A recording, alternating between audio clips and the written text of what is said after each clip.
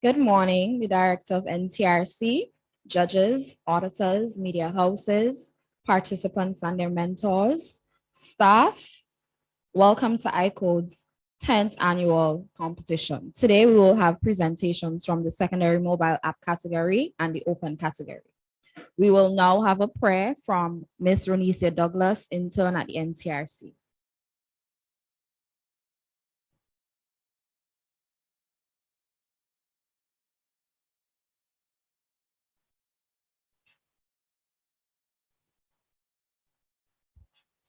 Good morning. Can we have some reverence, please? Dear gracious and most eternal Father and God, Lord, we want to thank you for bringing us all here safely. Dear Lord, as we commence the iCode784 competition, I pray that you will be with us. Guide us, dear Lord. I pray that the competition will flow smoothly. There will be no disruptions, dear Lord. Thank you for everything that you have done and going to do for us. In your name, amen. Okay, thank you, Ronicia. And to begin this morning's presentation for the mobile app category, the first entry we have is from Canaan Secondary School.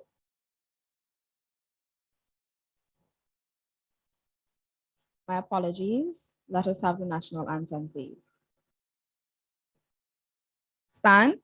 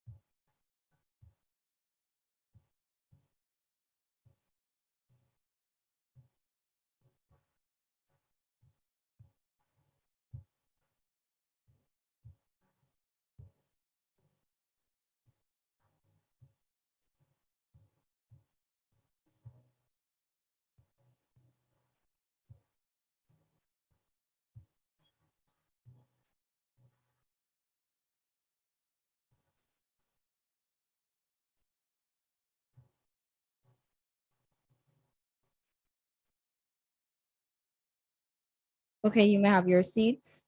We will now have the opening remarks and outlining of the rules by Ms. Rhea Lewis, Consumer and Public Relations Manager at the NTRC.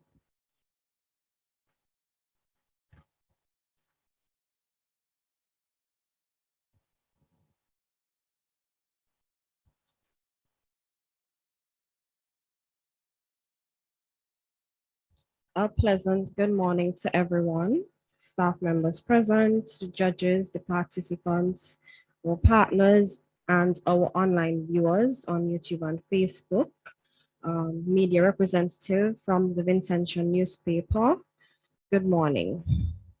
Welcome to the secondary mobile application category preliminary event for the National Telecommunications Regulatory Commission's 2022 iCode784 competition. Shortly after, we would have the open category being judged today as well. This year makes 10 years that we are hosting this event, and we are happy once again to bring to you the platform to showcase your technological talents while enhancing the development of our country. Today in the secondary mobile application category, we are here to witness 3 secondary schools across the island present their mobile applications under the topics good health and well-being, quality education, and responsible consumption and production. These topics are just a few of the United Nations 17 Sustainable Development Goals to transform our world. The purpose of the preliminary round judging is to narrow down the teams for the finals. The secondary schools participating today are St. Vincent Grammar School, Petit Bodel Secondary School, and Canawan Secondary School. Following this, we would have teams from the open category. So the top teams from today's rounds will advance to the finals, which would be hosted on November the 16th, 2022. On that day, we would see presentations from all 3 categories, including the secondary idea category as well.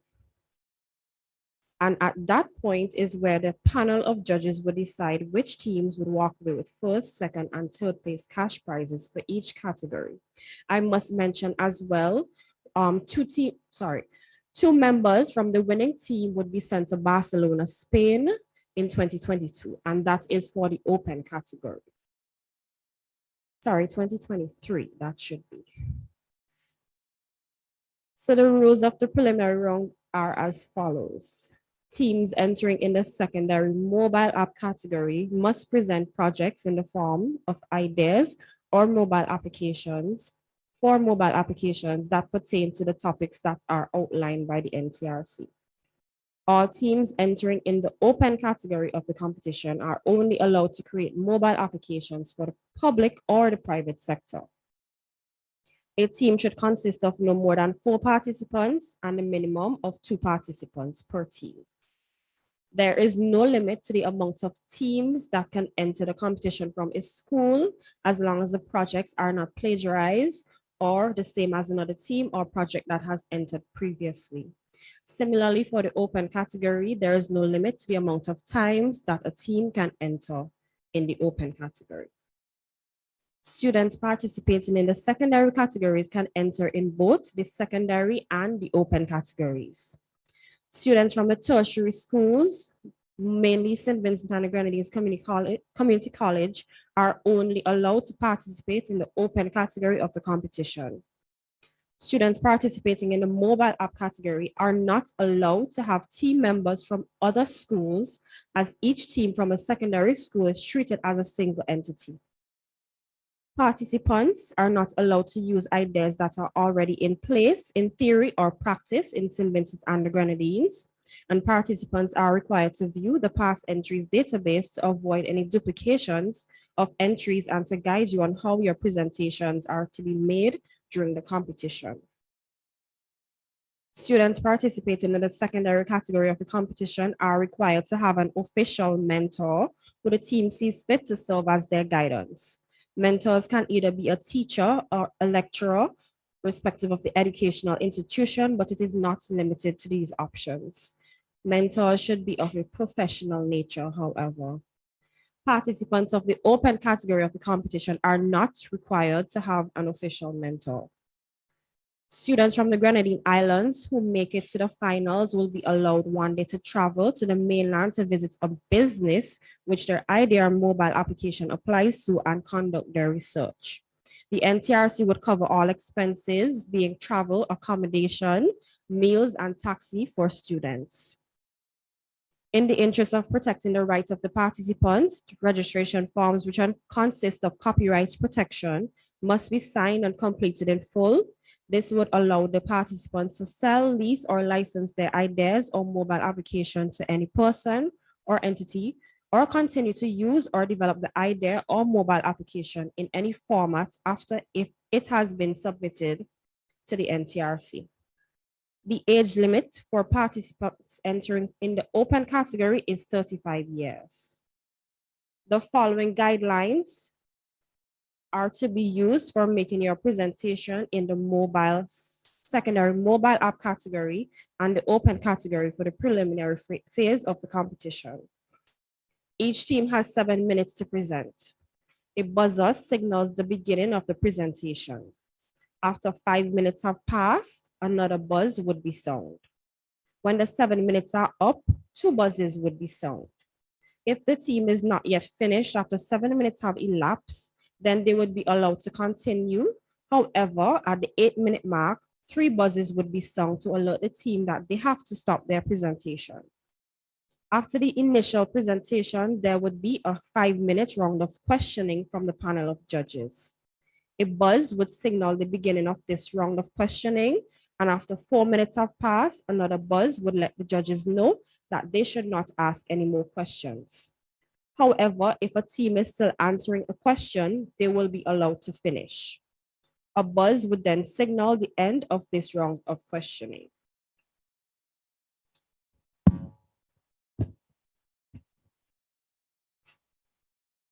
Please note that the judge's decision is final, and I would like to wish everyone participating today the best of luck. Thank you.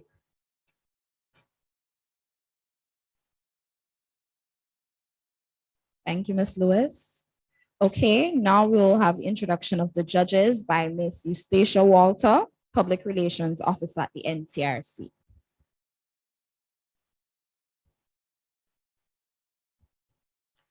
Good morning.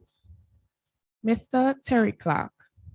Mr. Terry Clark is a chartered accountant working at the St. Vincent Brewery and has 9+ years accounting experience in various roles. He is an avid entrepreneur, having managed in various ventures in different industries. Also, Mr. Clark is a featured speaker at the annual seminars on leadership and teamwork at the SVG Community College in addressing lecturers and students around the OECS about the importance of leadership, career paths, and teamwork. In April 2020, he co-founded St. Vincent's first ride-sharing app Route, which was a major success and used by many Vincentians who wish to travel using a modern app. He and a team of 2 worked since 2019 to bring this app to Vincentians and were able to launch despite the global pandemic. Mr. Clark and his team are even more enthusiastic about developing more apps so that Vincentians' lives can be transformed whilst having a first world experience. Mr. Terry Clark.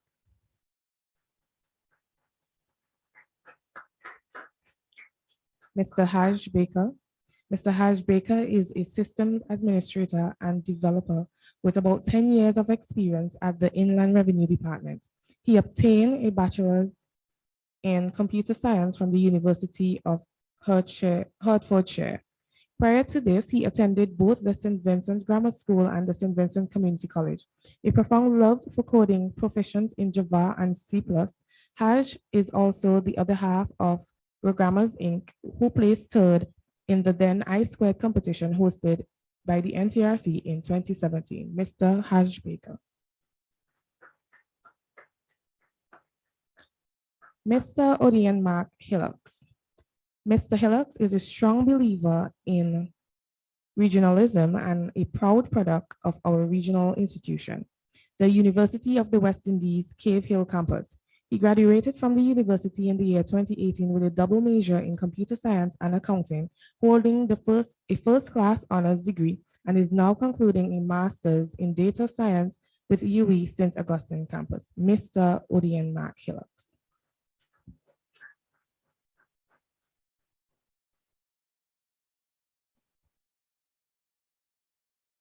Okay, thank you for the introduction of the judges.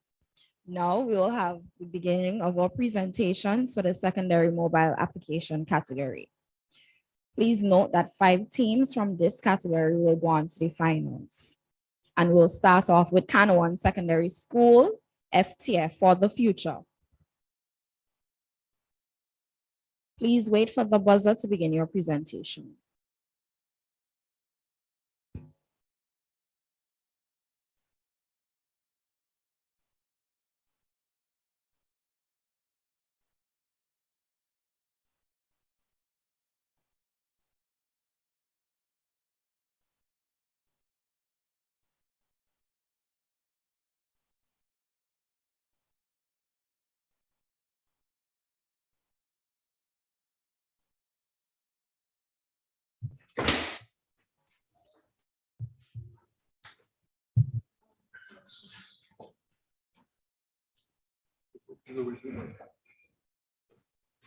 When you're ready.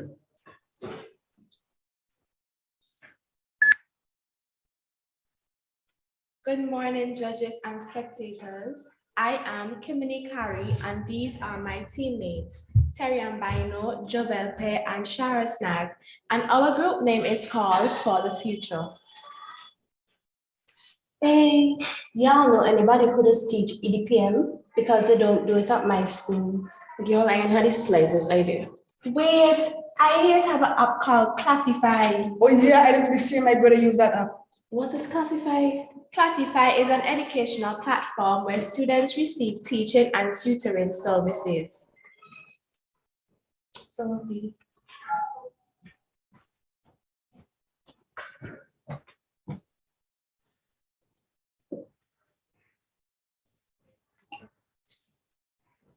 In order to access this application, students would be required to enter the various fields. After doing so, a confirmation code will be sent to the student to ensure that the student has created this account.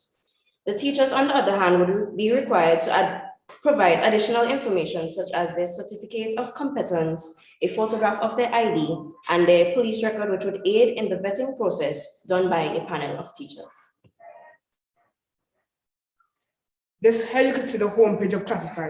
It contains teachers and tutors' profile that you can go through and decide who you wish to hire. Here on the teacher's profile, there will be the price, the subjects they offer, the duration of their classes, and the days that they are offered on. As the app grows and students start to graduate from classes, there will be a rating system where students that has completed the course can rate their experience. This will also be shown on the teacher's profile. The chat page will be designed to hold multiple members, along with one-on-one chats where students could message the teacher with inquiries and other sorts of concerns. Work will not be sent on the chat page, but on an assignment page where work from every subject you do will come in. This is a visual of how our schedule page would look. Here we have a student who is preparing for CXC and has created an account and paid for the tutoring services. Using the schedule page on our platform, you can set important dates or educational milestones as the student has done here. Aspects of Classify: one-on-one discussions with teachers, tutors, or other users. A variety of teachers and tutors so that your options aren't limited. An educational community where users are guaranteed to be and feel safe. How will Classify benefit our society? It will assist high school dropouts to take another go at learning and achieving their educational goals. Prepare and assist students who would be reciting CXC exams, as well as provide extra classes to those in need. These are the app expenses. The development cost will cost 13,000 Eastern Caribbean dollars. The app maintenance cost will cost 4,000 Eastern Caribbean dollars, while the app design costs 6,000 Eastern Caribbean dollars. How will Classify make money? Our app will make money by running ads. We will also be taking 25% of the teachers' earnings. This is a spreadsheet showing that the fees column would be the income that the various teachers can receive monthly, while the last column shows our app's earnings, which 25% has been taken from the teacher's income. Why will a teacher or tutor use Classify? Sessions can be conducted easily via Zoom. Our app provides different learning tools in one location that the other platforms may not. Retired teachers can remain in the comfort of their homes and be paid for their services using our platform. How would we store users and our app's information? The information belonging to our users and app would be stored using cloud-based storage, which will store data using the internet through a cloud computing provider. Before any payment using your credit or Visa card, there will be a two-step verification process that will be sent out by email or SMS along with a 6-digit password. In case of any attempted hack, an email will be sent out to the user guaranteeing that this problem is being resolved as our employees prioritize the safety of our users. Classify will be a great app as it provides a learning community, not only for current students and dropouts, but others as well. Thank you for viewing our presentation.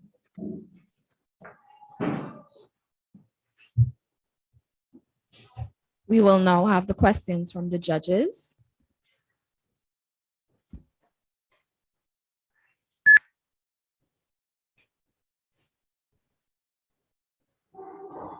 Hey guys, could you guys hear me? Yes, please.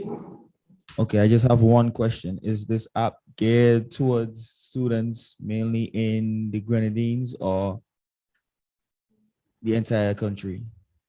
The entire country. All right. All right, good morning, everyone. Thank you for your presentation. A job well done thus far. My first question would be, how did you go about doing your research about existing applications that may resemble what you're trying to do right now?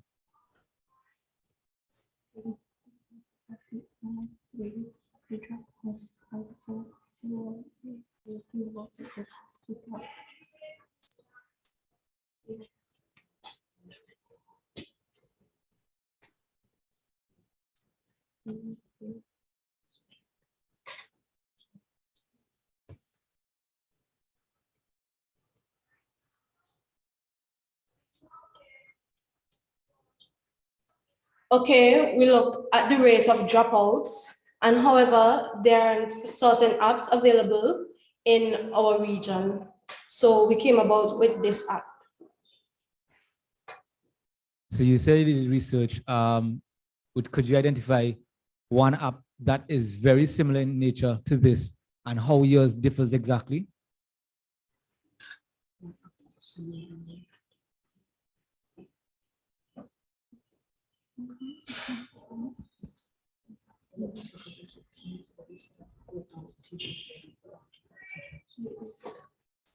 This app resembles the Microsoft app Teams, but instead of going on with teachers already, you go on to hire teachers and tutors.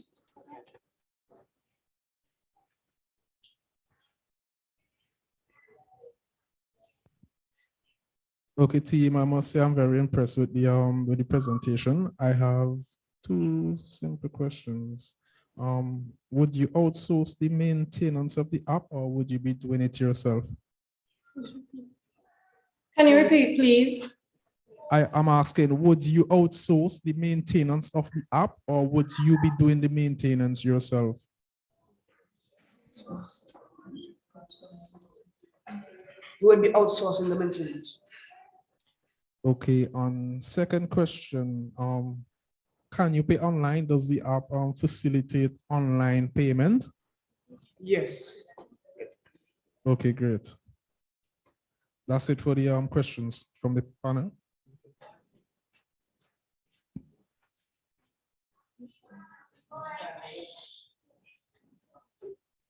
So I just wanted to ask if there were any provisions for other video platforms other than Zoom. I know you stated clearly you wanted to use Zoom, but are there any provisions for other platforms?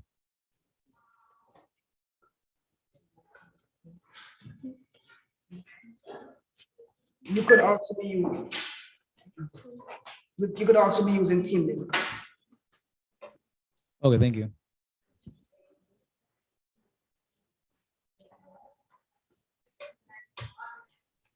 Okay, thank you, Kanawan Secondary School, for your presentation.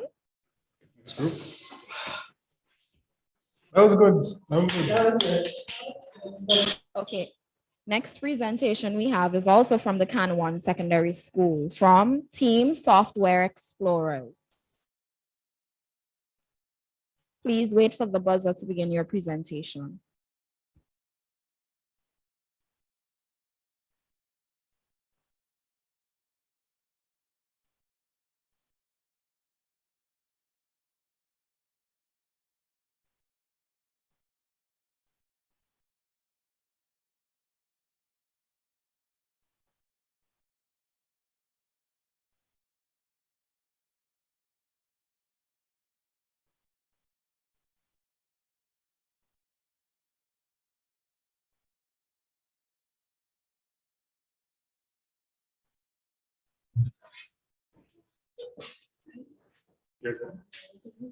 Sit down, please.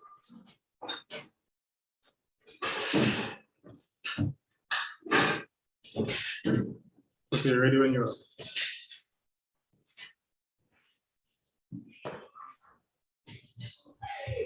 Okay, we are just giving the judges a minute to enter their scores before beginning your presentation.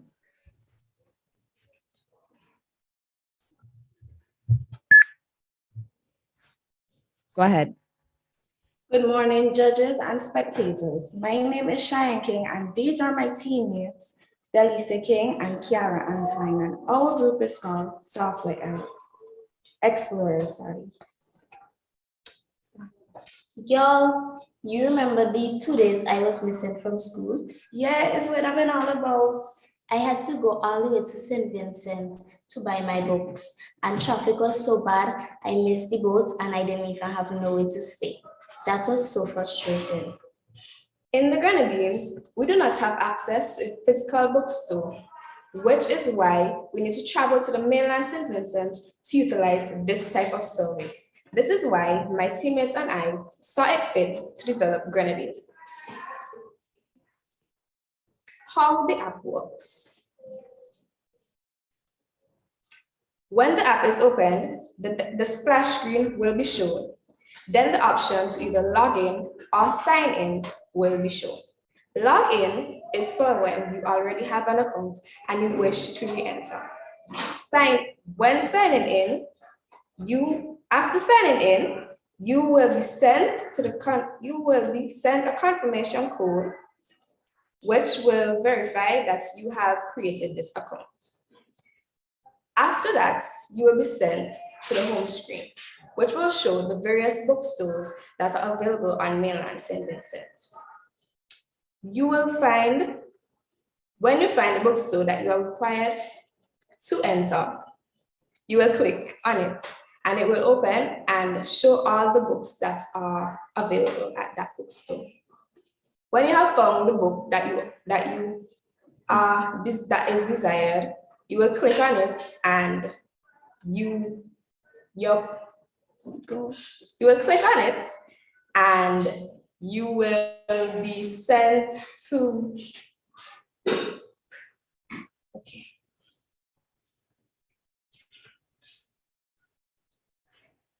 After choosing your required book, you will be sent a verification code via email or phone number. This will verify that you have made this purchase. If you don't find a book that you are required, then there is a search button which you can use. Payments. Payments will be done through the app and the transaction will be done through Stripe. 25% will be taken as the profit. Security. Data is stored using Superbase. For verification purposes, a 6-digit verification code will be sent to the user via SMS or their email. This is used to verify the user had made this transaction. Cost of the app. Software developer, $12,000. App development is a one-time cost, $6,000 per month. Maintenance cost, $16,000 yearly, and $500 per month. Superbase is $810 per year, and total cost is $18,810. Tracking and shipments. When the package has been shipped to the user will be notified stating that their package is on the way. The user will be able to track their package using a tracking feature on the app. When the package has arrived at its destination, the user will then receive a notification stating that their package has arrived. Using the app, the user will be required to confirm their delivery. Employees. The runner. This person is sent to collect the book or books from the specific bookstore. After collecting the book or books, they will deliver them to the boat. Inventory clerk. The inventory clerk will be responsible for checking the various bookstores as it relates to the books that they have in stock or would have restocked. The uploader. The uploader is responsible for uploading the different prices and books available. This person will also be in charge of communicating with the bookstores to know when the books needs to be restocked.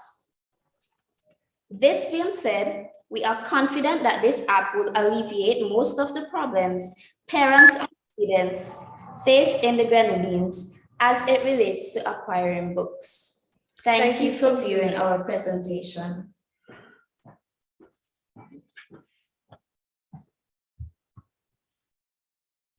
We will now have the questions from the judges.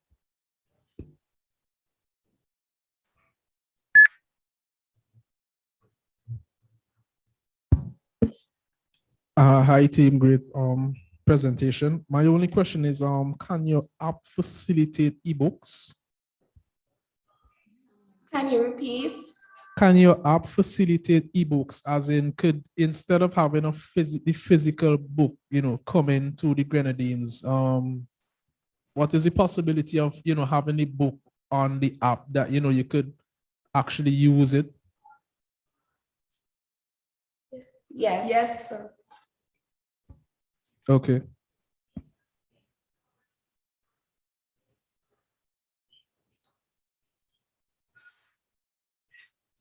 Yes, good morning, team. Again, a good presentation from you all. So well done on that part. I am looking at the employees that you all decided to hire and the profit which you decided to, the markup you decided to apply. How did you all come up with the markup? And do you see those employees, all of them being necessary? And I just pose that question because it's an alternative where you can ask the store itself to do the uploading of their books again. You have quite a solution, and that could be a good partnership between both of you all. So how did you come up with the markup of 25%? And are the employees that you listed here necessary?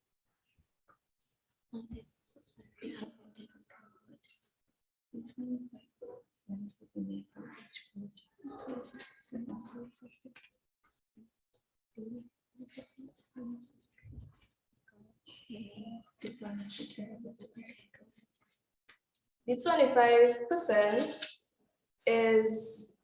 goes towards the profit of the app, which will be the payments for the employees, and the employees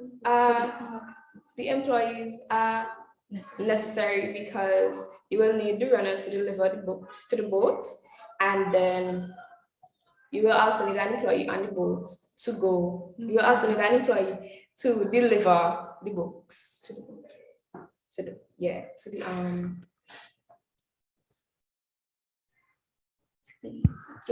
Okay, I know you're a bit nervous, it's okay.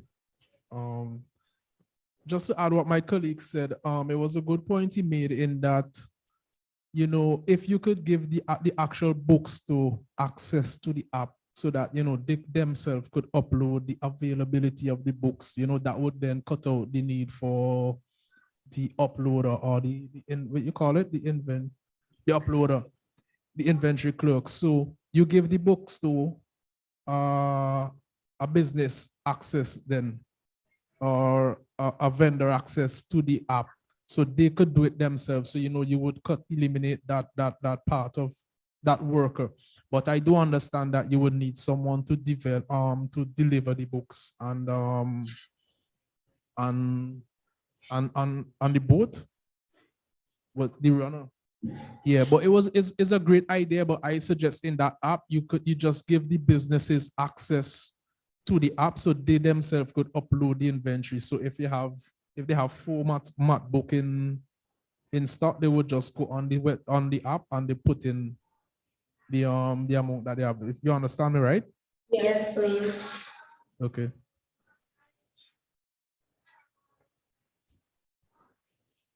Are there any considerations for automatic recommendations? Yeah, are there any considerations for automatic recommendations? For example, you go to YouTube, you watch a certain video, they recommend, okay, because you've watched this, I recommend you watch this as well.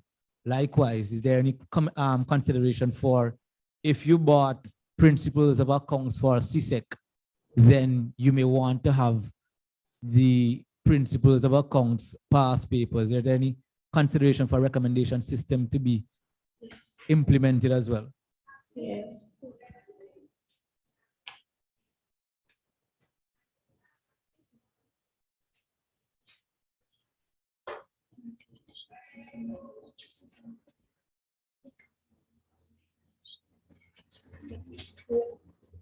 Yes, there are recommendations. Say, for example, somebody purchases a book. They can then share with someone how their experience was with that app and the book.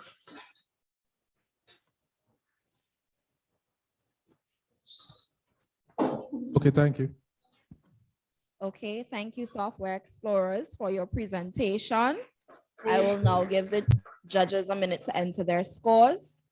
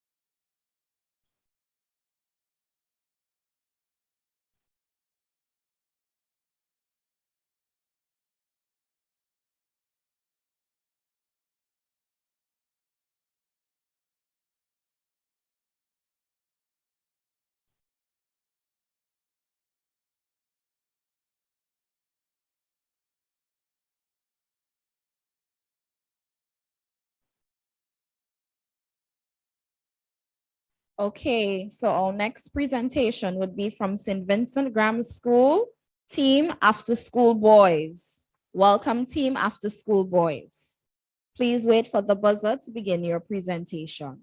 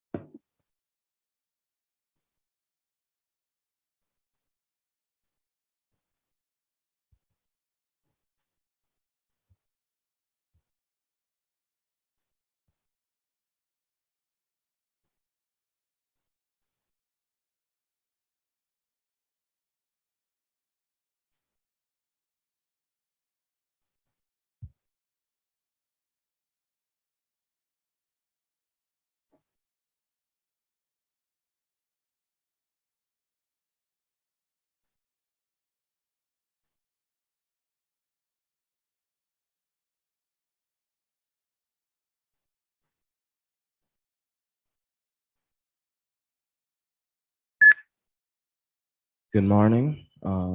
We are the team After School Boys. I am Andre Comino. This is my teammate, Matthew Wilson. Our app will be called Extracurricular. So for background information, we've learned that extracurricular activities help reinforce classroom learning and usually are considered part of a well-rounded education. Scattered and disorganized promotion of the problem is there's too much scattered and disorganized promotion of extracurricular activities. There are promotions on social media, print, and electronic media, and by word of mouth. Finding extracurricular activities by these methods can prove to be frustrating and at times even impossible. The solution. Extracurricular is designed to easily locate out-of-school activities that support the curriculum and to remove worry and frustration from students and parents/guardians. With extracurricular, you can register your out-of-school activities and services, for example, lessons and training. Find persons who offer out-of-school activities you are looking for, example, athletics, training. What exactly can you find on extracurricular? You can find academics, languages, sports, martial arts, music, dance, photography, arts and crafts, summer programs. Target audience: students, parents, tutors, trainers, the Ministry of Education, and the general public. So, how exactly does extracurricular work? Tutors and trainers register their services on extracurricular. Parents, guardians, and students find services and service providers on extracurricular. So first, you create an account. As a student or parent, your account doesn't really require any extra steps besides account name, password, etc. However, as a teacher, we need to make sure that we have proper teachers on our platform. So hence we require proof of achievements, statistics such as experience, time of work, so like 35 years, stuff like that. So upon opening the app, after sign up or log in, you can see a broad range of categories such as academics, music, arts, etc. Under these categories, we have smaller sectors. So you can find under academics, maybe math, language, sciences, and under those, you can find a list of teachers. And upon viewing you can view info on those teachers, such as the statistics that the teacher would have entered upon sign up. So we also intend to integrate a messenger and meet platform because given the relevant newness of online school, some parents, teachers, or students may prefer to host their sessions online. So we intend to integrate a messenger and an online platform to host those sessions. Thank you for listening to our presentation.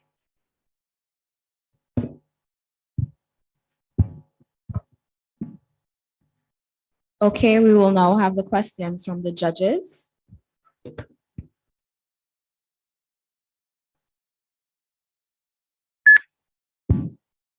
My first question is the app non-for-profit or revenue-based? How are you intending to make revenue, or is it non-for-profit? It is for profit, yes. We intend to make a profit by taking a small percentage out of the service sold by the teachers to the students and parents. Okay. And second and final question, I didn't see you mention anything about data security and cloud storage. Could you elaborate?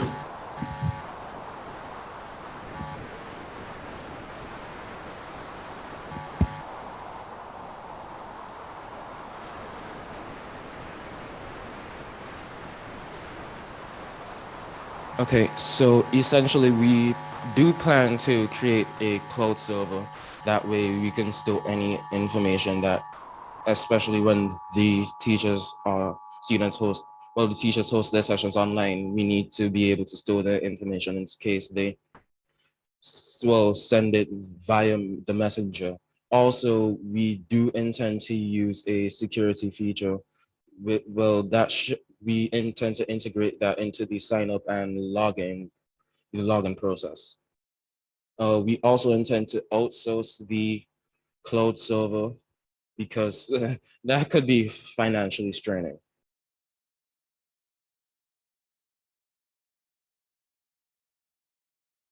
Hey guys, love the presentation. Just a question. How do you plan on getting the word around about this app? I only ask because let's say I'm a football coach, right? Why should I use this app as opposed to me just creating an Instagram page or Facebook page or maybe have an ad on the radio or something?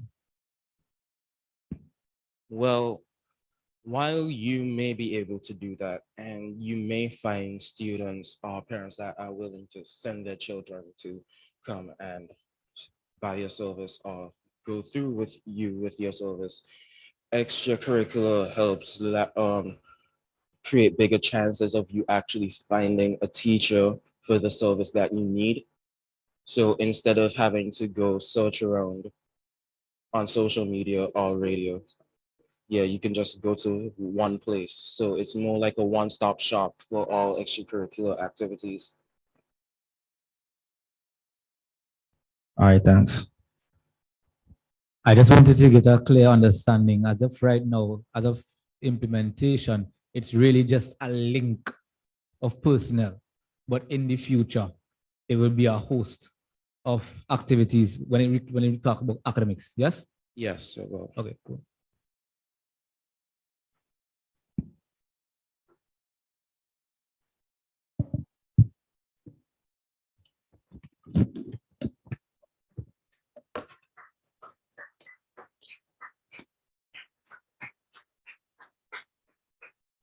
Thank you, After School Boys, for your presentation, extracurricular. We will now give the judges a minute to enter their scores, please.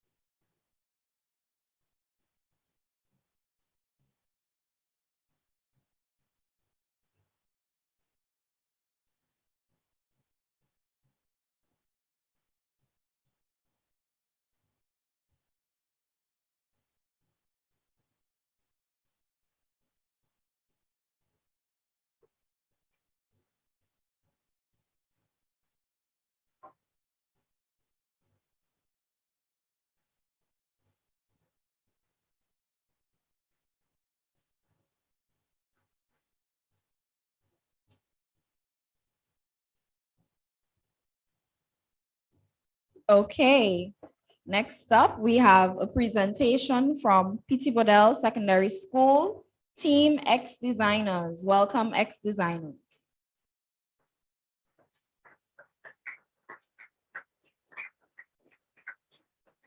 Please wait till the beginning of the buzzer to begin your presentation.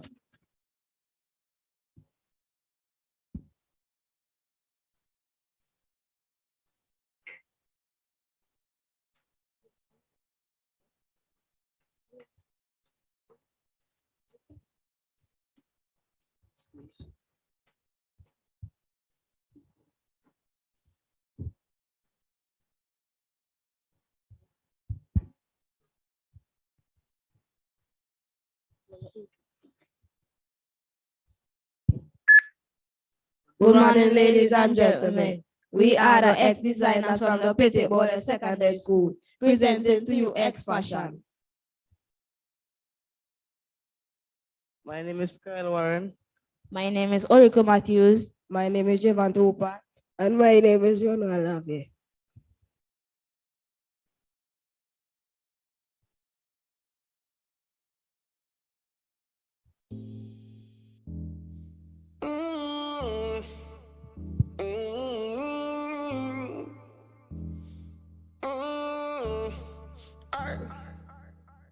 I can take you out on a trip, pick an island, friends going, baby, you can pick. When we riding, phone out, let you take a pic. We ain't hiding, mad juice, cash rules, everything around me. Baby, what's your name?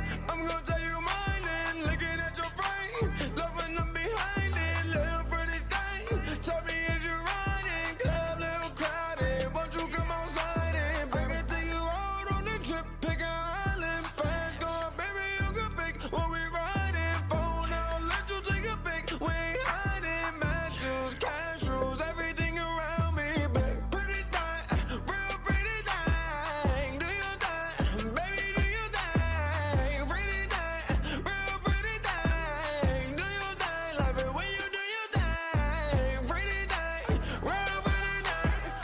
Do your thing, baby, do your thing. Pretty thing, real pretty thing. Do your thing, love it when you do your thing. Pretty thing. What is X Fashion? X Fashion is an application which promotes local and international brand identity, which can be found locally and regionally fashion-wise. X Fashion also acts as a middleman retailer and delivery service. X Fashion encourages individual creativity by giving giving users the ability to create product designs and have them made by local smiths through X Fashion.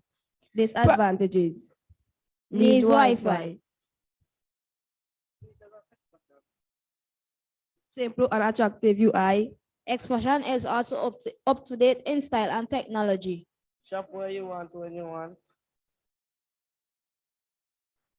Always up to date with the latest styles. Snap and share allow users to quickly snap and post their new style. Filter interest. Select interest and automated intelligence with curate styles and inspirations for you.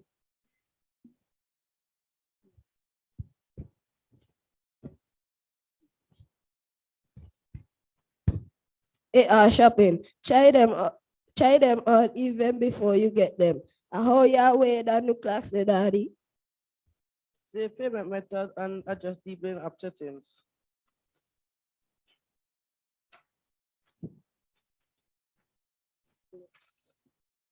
How the app make money? Retailing. We will apply percentage charges to offer our retailing services to local and regional retailers out there. By promoting fashionistas and various artists, we gain revenue as they gain win-win. Subscription services. Certain features such as faster delivery and exclusive offers are given to consumers through the form of premium subscriptions. Delivery service. Charges apply for delivery based on location. Mini games. Consumers gain prizes for playing mini games such as discounts and currency points, making their next purchase easier. As such as this acts as incentive to continue using our application for all things fashion. The competition all the way out there. Sustainability.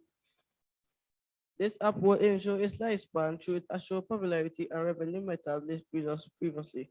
Based on the user's feedback, it will succeed if seriously taken and implemented. Cost of building X fashion. Designing a user experience, $10,000. Back-end development, $8,000. User testing, $5,000. Maintenance, $5,000. Total cost, $28,000. Target market and where will they use our app? Individuals who cannot afford to make it to the capitals for shopping due to transportation, resources, state of capital condition, or weather. Fashionistas, general consumers, large and small businesses. They will use this application as it eliminates our problem in regard to transportation, expenses after they travel and be in the capital of the country and weather. The competitive brand identity platform create a competitive space for creators. It is awesomely convenient. Styles up, heart up. The following handling and interested in our app and decide to contribute. The people took action. It's up to us.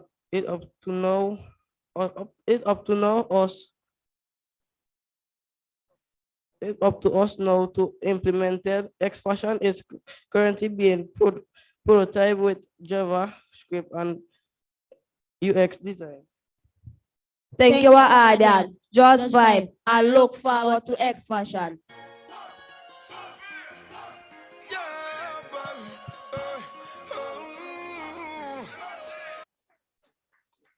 Okay, we will now have the questions from the judges.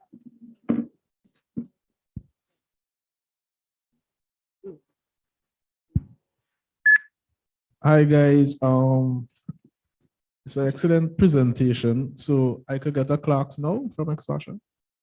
Yeah. Yeah, what's the price? Okay, as I say, I like the app. I have two questions. Do I need to log in to use the app? Yeah. So what are the security features when you log in? What do I need to provide in order to log in? Email payment method, okay. And how do you intend to store the information?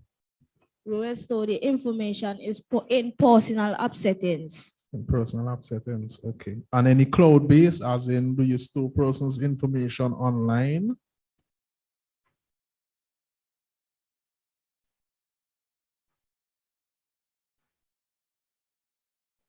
Yes, please.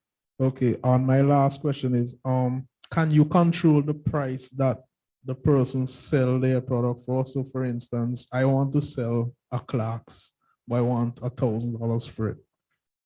Do you control what price that the person could sell someone else it, or it's just whatever the person chooses to sell their fashion at?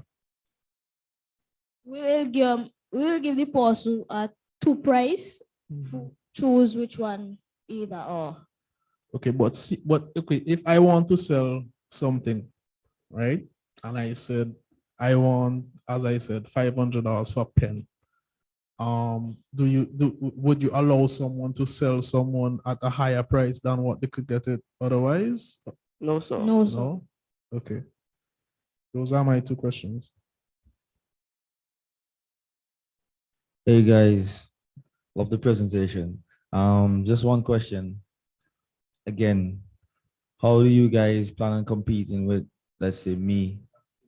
I want to go sell a shoe on, let's say, Facebook Marketplace, or use my Instagram page to promote it, have people repost. How do you plan on competing with that?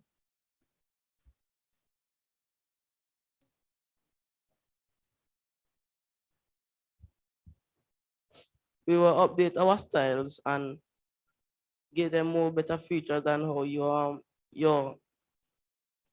how your product and your product, like how you're selling your products. We will update our styles to be better than your product. All right. Does the app facilitate payments online? Like, could I pay through the app? No, sir.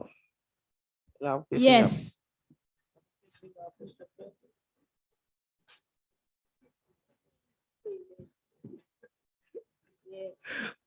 All right, guys, thanks. Hey, lovely presentation. Thanks. So far, a good job. I wanted to ask about AR. That would be augmented reality, yes? As we all talked about. You said AR styles. Is that short for augmented Yes, reality? please. Okay. And I saw some costs listed above. I just wanted to know, how did you factor in AR, sorry, into that? So what kind of devices we talking about for the costs of implementation? So what are the devices for augmented reality specifically that you're looking to use?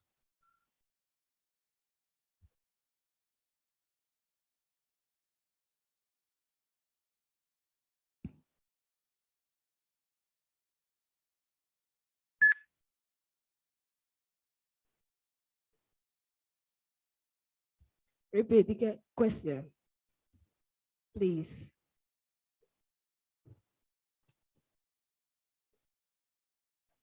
So in the presentation, you said you would allow for AR styles. And you said that the AR there was short for augmented reality, yes? So I was just asking, in your listing of costs, I expect that you would have accounted for AR technology. Yes or no? No. No. Okay then. So that technology was not factored into the cost? No. Okay.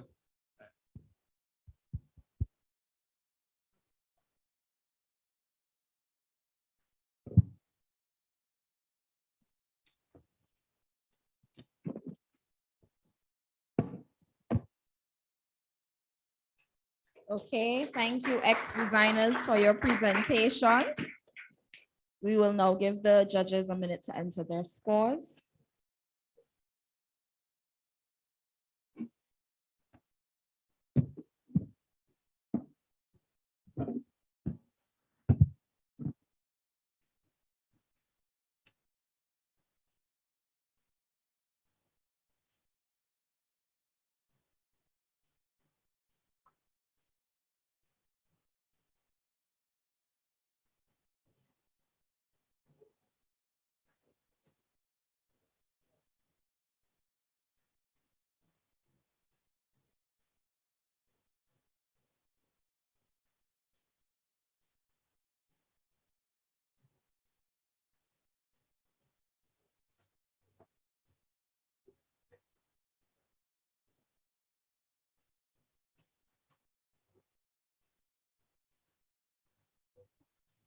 Okay, our next presentation would be from St. Vincent Grammar School, SVGS Tech Innovations. SVGS Tech Innovations. Welcome them as they come to present.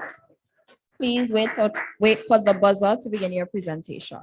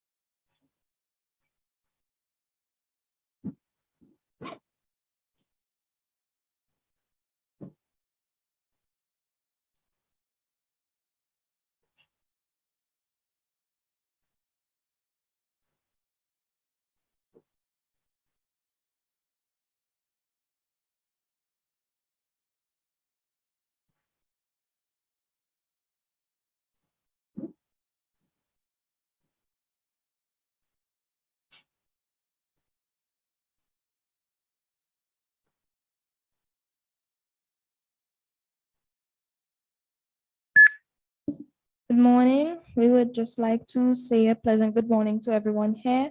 Our team name is the SVGS Tech Innovations, and it is comprised of myself, Isaiah Tony, and my colleague here, Nathan Warwick, as well as our mentor, Miss Rodriguez.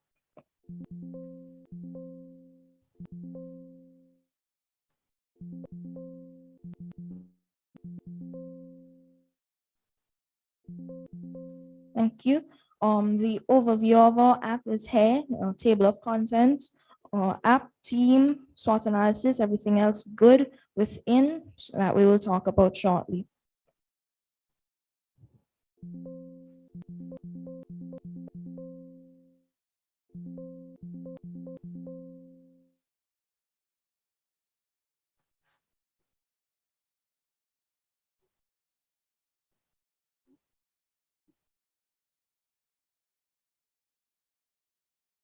So our app is named Breadbasket. It is an app that allows anyone, farmers, fishers, merchants, and civilians to buy and sell agricultural products and fish.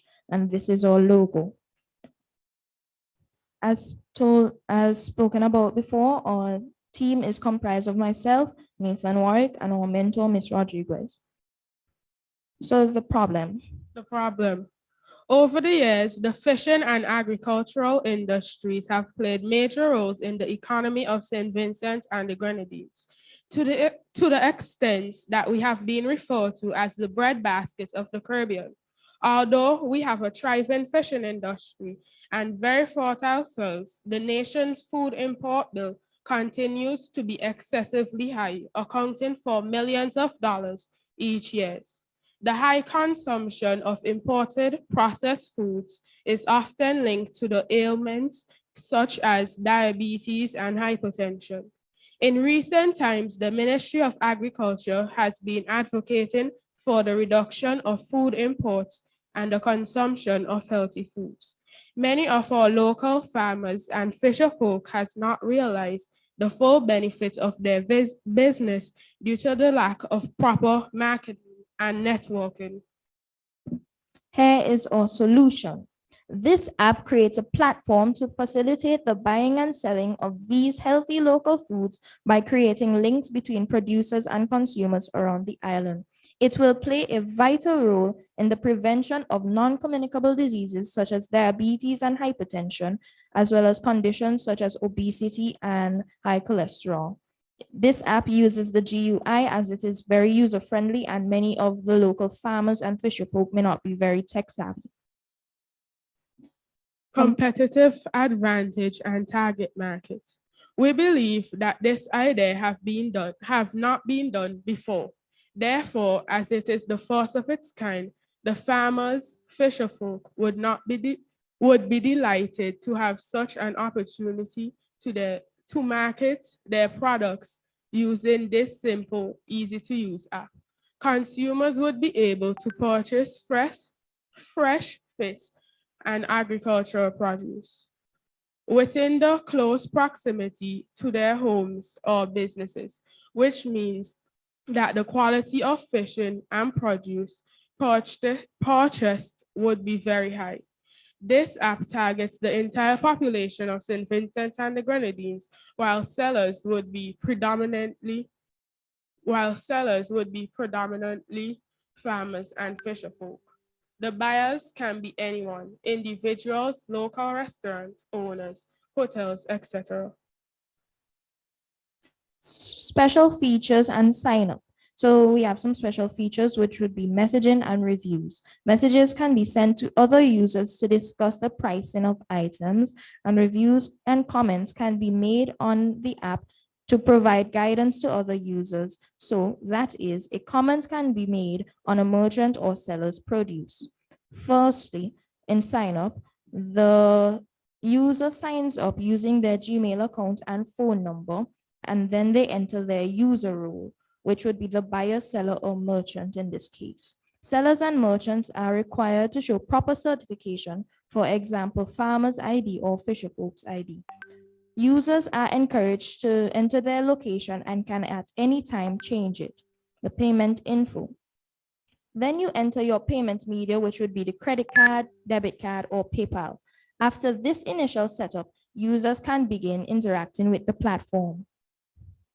So the user roles would be buyers, sellers, and merchants, as said before. Buyers can buy the agricultural produce and fish, sellers can sell, and merchants can do both. They dabble in both trades. They are the jack of all trades. So the product overview, you have security. Messages would be sent using end-to-end encryption, location. For example, merchants and sellers would be able to be found physically, because remember, we are trying to support these local small farmers. The availability, consumers would be able to access their fresh produce and fish at affordable prices, and the employment opportunity for local farmer and fisherfolk, as well as delivery service providers. The SWOT analysis we have here, we have already stated most of these. So you have the opportunity for employment. Hackers may have a hard time getting through the firewalls, and encryption used for security in this app. The cost, it will be from $10,000 to $60,000, but likely closer to $60,000, at which the majority, which is 60%, goes to app development. So we had actually gone out and asked some real persons to review the app, and we have some here. And our contacts, we have Nathan.Warwick at svgs.vc, Isaiah.Tony at svgs.vc, and we thank you.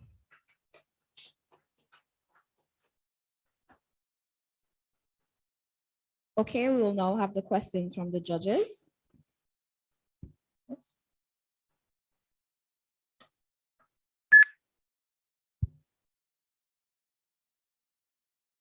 Yeah, good morning, gentlemen. Lovely presentation. Could you just clarify, is this a web app or is it a downloadable app? A downloadable app.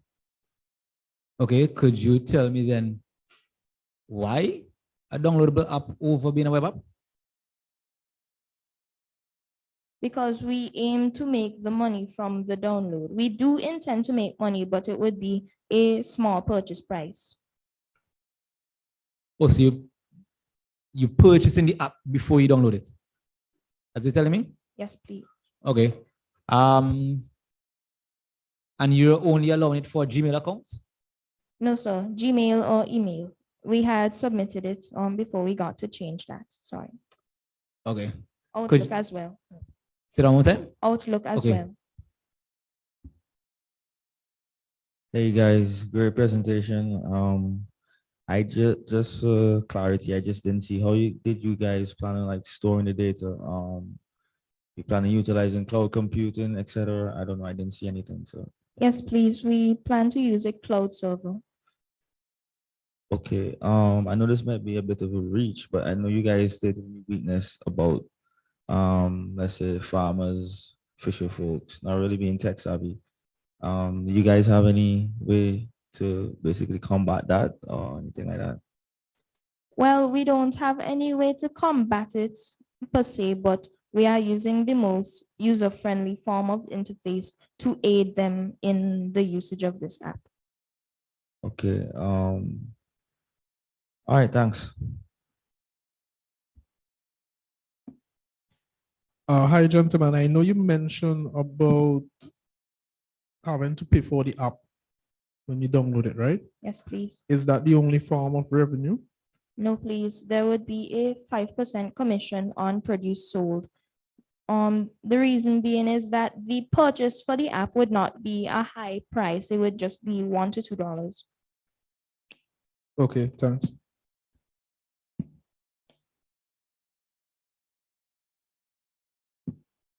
Yeah, could you just tell me about the app maintenance, please?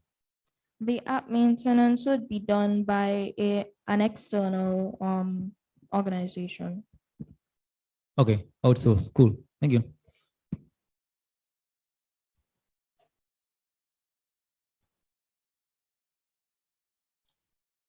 You said this was tested with users already, right?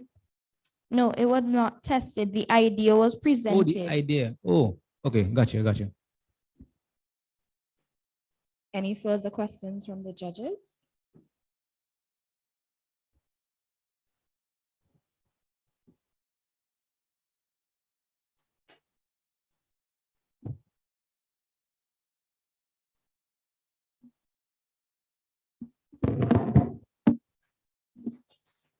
Thank you, SVG, S Tech Innovations, for your presentation.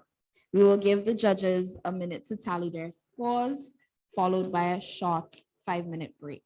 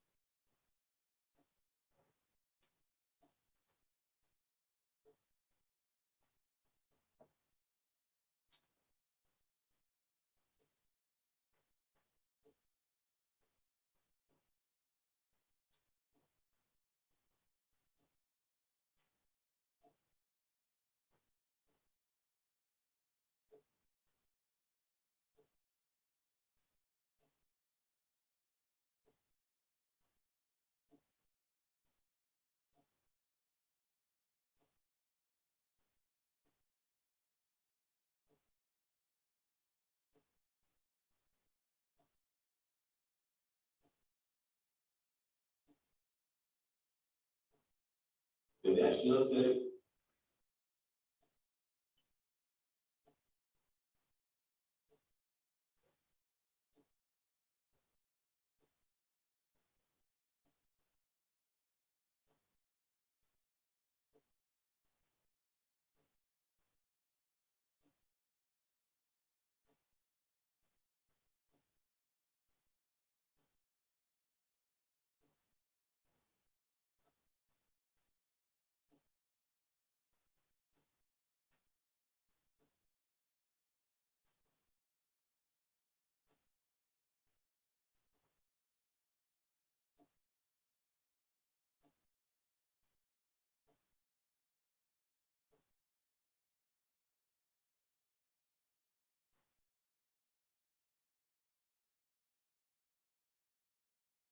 The National Telecommunication Regulatory Commission was established in 2001 to regulate the telecommunications sector, its bidding and development in collaboration with the regional entity ECTEL, so that consumers, telecommunications providers, and the country can benefit from the liberalized and competitive telecom sector. Some of the NTRC's functions include the ensuring of license compliance to service providers, investigating and resolving disputes and complaints between service providers and subscribers, processing of applications for licenses and frequency authorization. Since 2008, with the establishment of the USF, the NTRC has undertaken several projects to streamline licenses as we provide tools, limited resources, police stations, and health centers across SVG. Since 2015, the NTRC has been hosting the finding of some of the prestigious TVs to the basis of it sets the good update for them to showcase their skill. The NTRC's annual iCode784 competition platform centralized to innovation at the ICT sector with the interest of ensuring all citizens can despite any financial challenges. The NTRC has subsidized programs such as our $10 per month internet for households, the SC radios at $400. The NTRC, our mission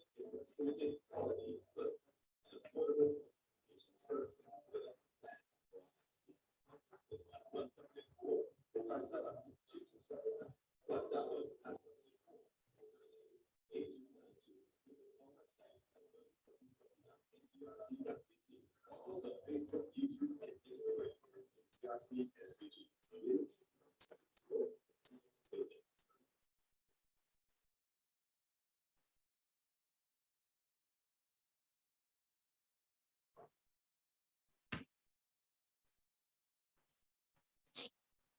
Okay, and our final team presenting in the secondary mobile app category is from PT Bodell Secondary School, DJ Literally.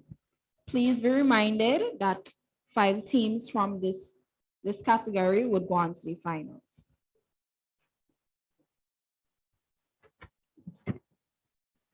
Wait for the buzzer and then you can begin, okay?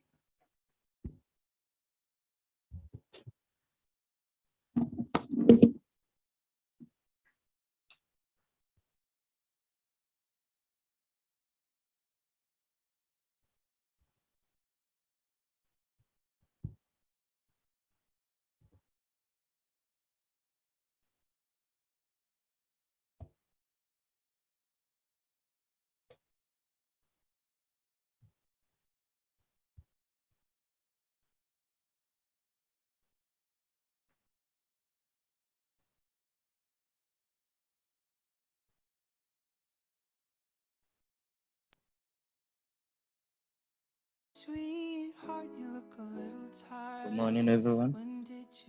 My name is Devon John from the Petit Border Secondary School, and this is. My name is Jaden Williams from the Pittsburgh Secondary School. We are here to introduce to you today Caretaker, the app that takes care. Caretaker is an app which allows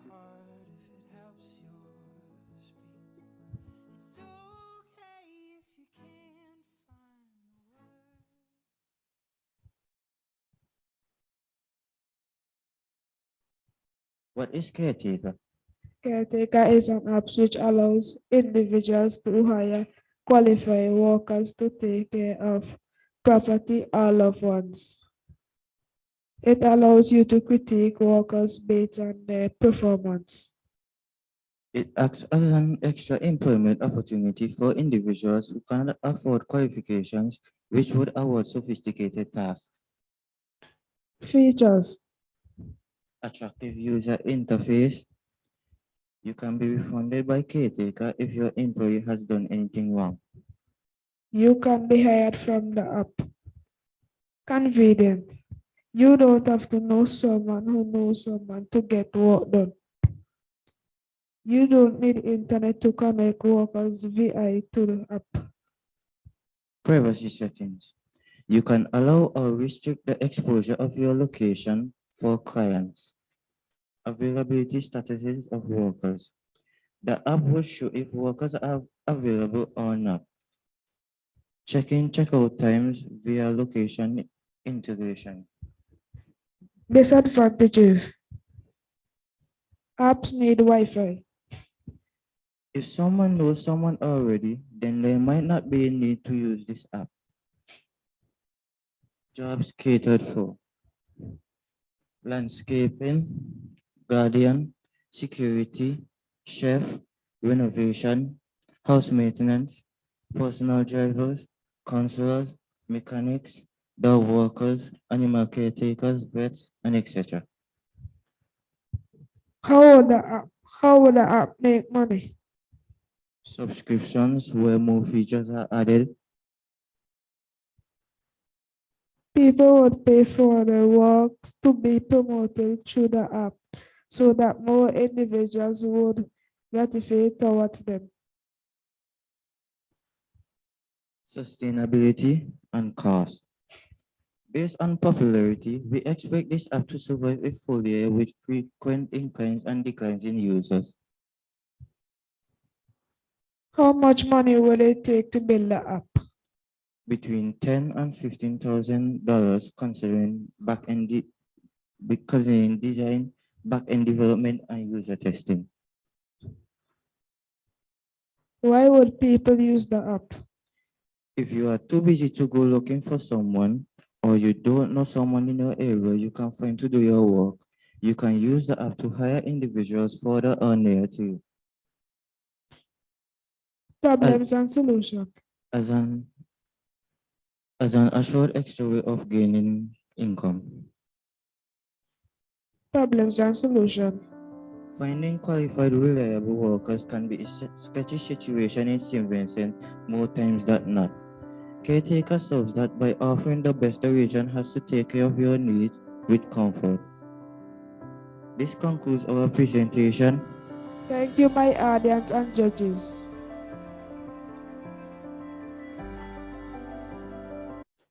Okay, we will now have the questions from the judges.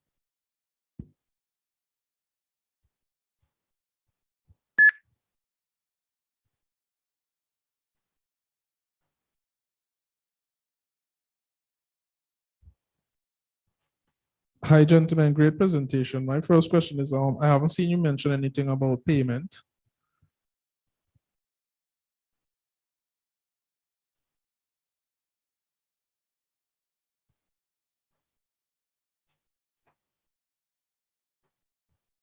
Employees can be paid from the person who hired them.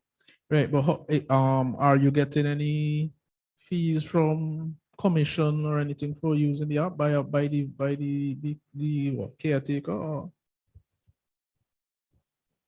Yeah. Yes. Yeah. Okay. How do you vet persons who offer a service?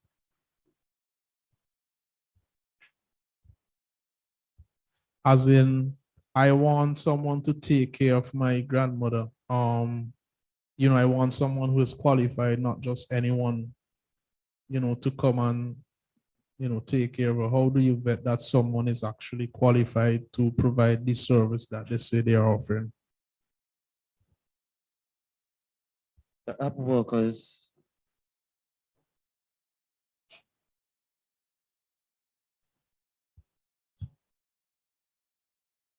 everyone who is being worked for the app is being trained to be professionals in their work. Okay, thanks. You said they're being trained by who? Who? By who? Would they be by your organization? Yes, sir. Okay, I'll come back to that then. Promotion. You said that there will be a cost for persons who wish to be promoted on your app. Yes? Yes. Again, I want to ask the question, why would someone pay you to advertise on your app while they have other social media applications and sites that they can do it for free? So then the question is, why would they choose to come to your app to pay to be promoted? What is the advantage your app has over the other social media applications?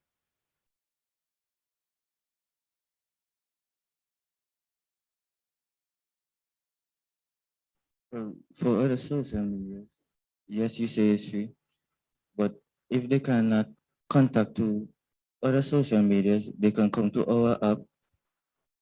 They will pay us, and we will also pay back them more money.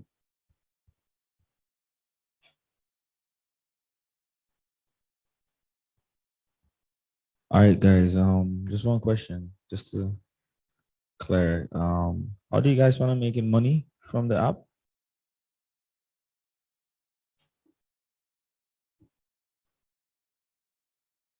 Well, as I said, subscriptions, and probably you can also pay for the app in app stores. Okay, all right, thanks.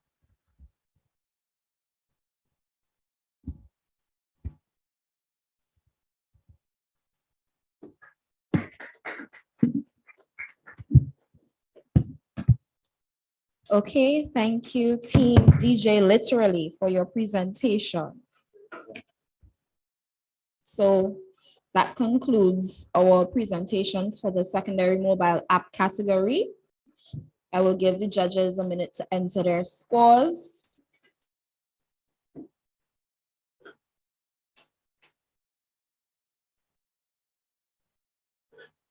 Also, please be reminded that 5 teams from this category would go on to the finals.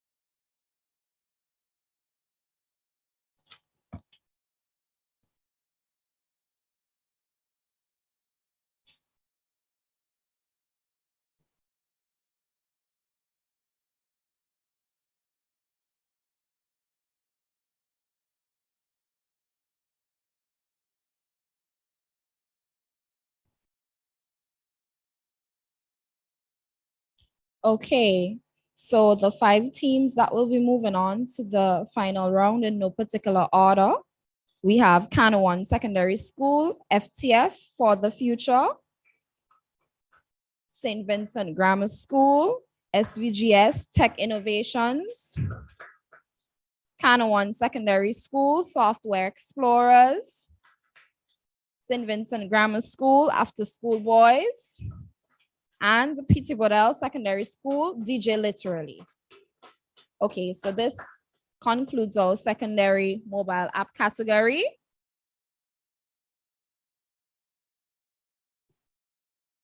We will now have Miss Eustacia Walter, Public Relations Officer of the NTRC, to present to you the judges' information for the open category.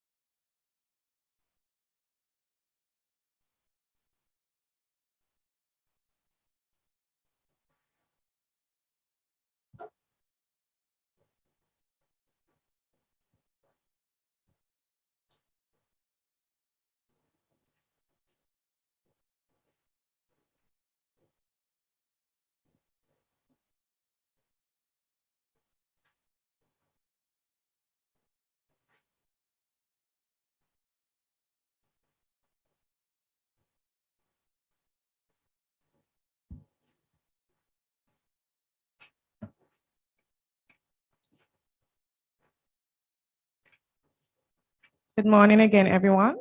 I am going to read the judge's bio for the open category. Mr. Iodel Pompey.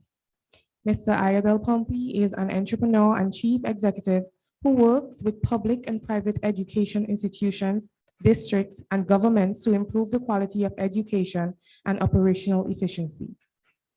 After spending 12 years as an educator and 20 years in the technology industry, Iodel knows how to help schools maximize their potential through digital transformation, stakeholder engagement, and technology diffusion. He believes it's not about the technology, but the people leveraging it. As co-founder and chief executive officer at Smart Term Technology Limited, Iodel has helped scale the company tenfold in 18 months.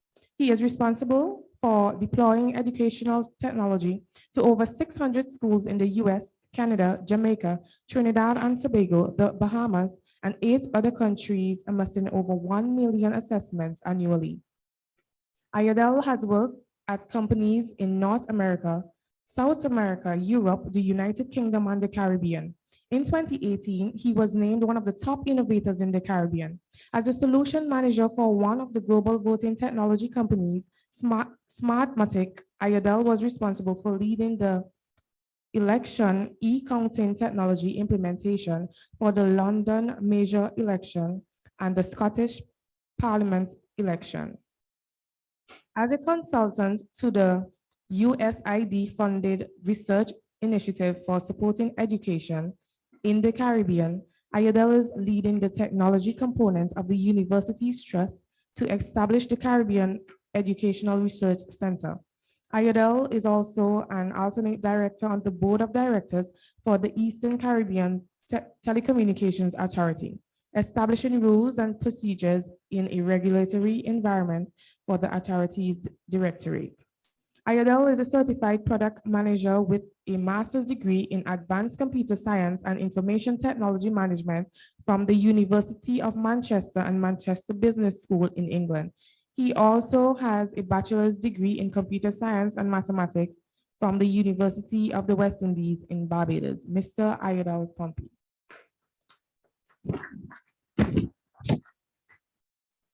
Mrs. Emma Jackson.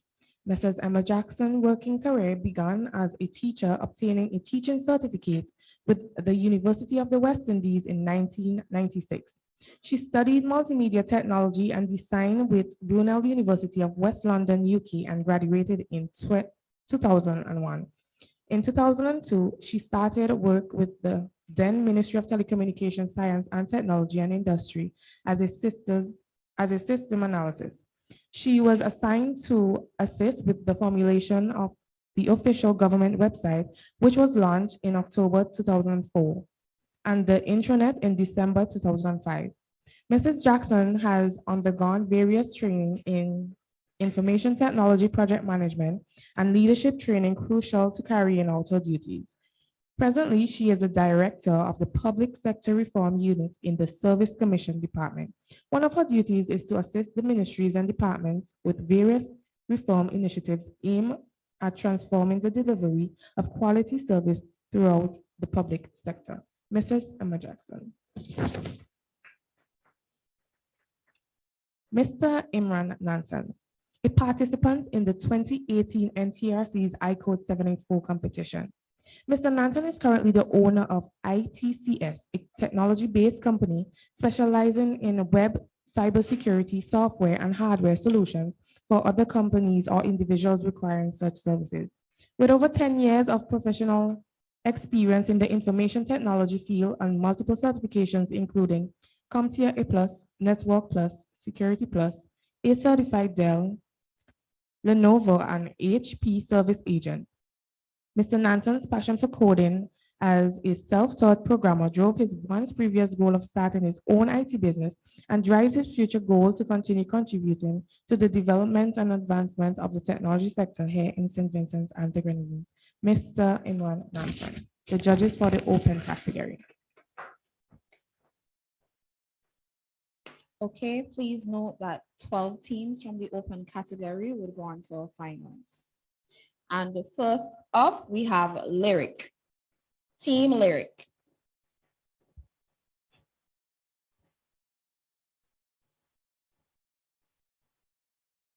Please wait for the buzzer to begin your presentation.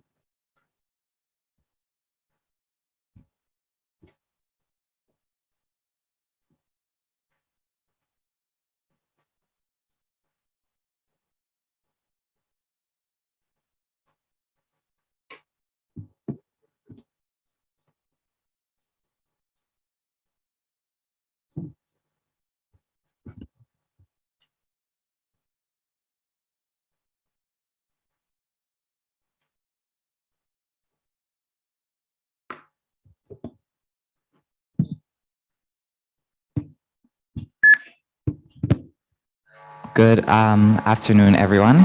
Well, good morning still. So today I'm going to introduce you to Lyric. This is Renel Primus. I'm Isaac Cepeda. This is Kayla Morris, and this is Luke Wilson. And our app is MediGuide. So a couple months ago, I went to the hospital with my parents, and this was my first time actually going there for myself. My parents went there for multiple times for different things. But every time when we go there, we always call a doctor from the inside. I always wonder why they never actually just follow the normal rules of the hospital and, set up lines and stuff like that. But that day I found out. So the doctor told me what tests I needed to take, and she told me the location to take said tests. So I went to A&E to do something called an EKG, which is for monitoring the heart. And when I went there, they told me, actually, you're not supposed to be here. You're supposed to go elsewhere. So I went elsewhere into a 45-minute line. Lo and behold, the lady says I need to pay before I can do the test. So I go into a line to pay the fees. After a 45-minute line once again, I finally get the fees paid. And when I return, the lady stepped out. I waited for another good while. And when she came back, she did the test. When I got the results, went back to my original doctor. She also stepped out, but this time it was for the day. Just like that, we can see how truly inconsistent and how random the hospital can sometimes be. So, firstly, let's name our first problem. We can see that the hospital has certain services unavailable at certain days or at certain times, but you can only determine that for yourself when you visit. This allows us to realize how completely inconvenient and inefficient the system really is. Secondly, the hospital can be a hassle to travelers, especially for newcomers. And considering that location of varying services are constantly changing, this makes the hospital very overwhelming and confusing. So what is our solution to the obvious problem of confusion with traversing the hospital and hassle in general? This is where MediGuide comes in. MediGuide is an application that allows the user to see which services are currently available at the Milton Cato Hospital, where they're located, and how exactly they can get there. This app will reduce the random and haphazard nature the hospital currently has. This will make traveling from one area to another from the hospital more efficient through the use of maps. It shows the location of the various services in the hospital using the location of the user to track them. However, we know that location services in St. Vincent may not always be that great, which is why we have QR codes installed in various places along the hospital routes to show the user where they can find certain things. For example, if I'm going from the entrance to the EKG room, the QR code will give me direct instructions of where I am to go. I am at the entrance, I'm going to the EKG room, they'll show me exactly where that is. What makes our app different from any other app? Firstly, we have little to no competition in SVG because we are one of the first developed location software apps, and it's also targeted to a hospital. Secondly, the app will be integrated into the hospital system to make the hospital itself an instrument of change. Our target markets for MediGuide are Vincentians between the ages of 15 and 45 who find it difficult to navigate around a hospital environment. MediGuide will utilize technologies such as map integration and location technology, QR scanning, as mentioned previously, as well as augmented reality for help travelers in the area. Our map integration and location technology will be similar to that of Google Maps. and will help greatly in helping users to figure out where they need to go and how they can get there. MediGuide is an application for the public sector. So we believe that now is an excellent time for us to implement this app, as the government is currently going through a digital transformation. Through technology, they are planning to make the government work areas easier, well, to improve it. So costs for our app can be covered by the budget allocated for this budget. And for the maintenance and updates, this can be handled by the government.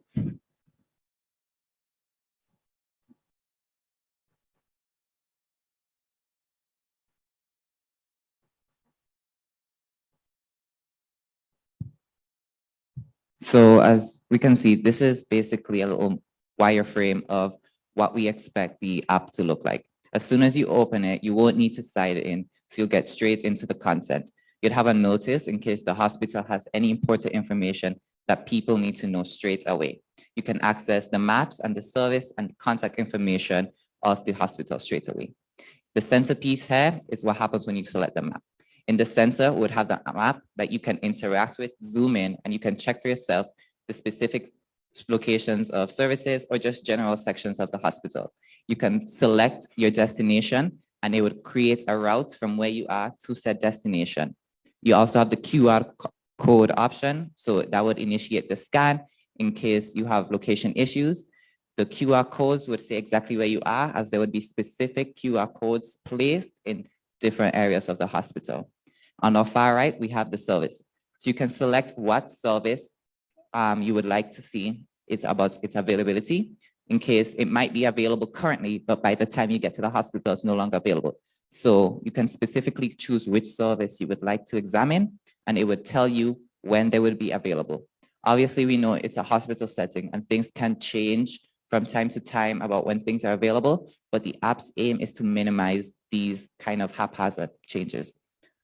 You would also see what services are unavailable there in case you just really want to know, what services are unavailable. You don't have a specific one in mind. You just need to know what you can and cannot get done that day. There's an unavailable setting right there, and it will show you everything that you can do. Thank you.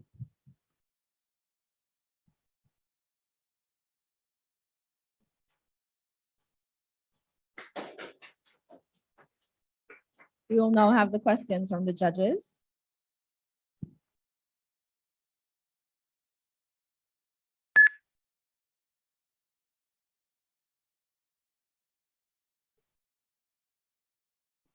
Good morning. Morning. Okay, that was a good presentation. My question, you mentioned the public sector. Which ministry in particular will have ownership of this particular app? And how would they upload information or get that relevant information to us, the general public?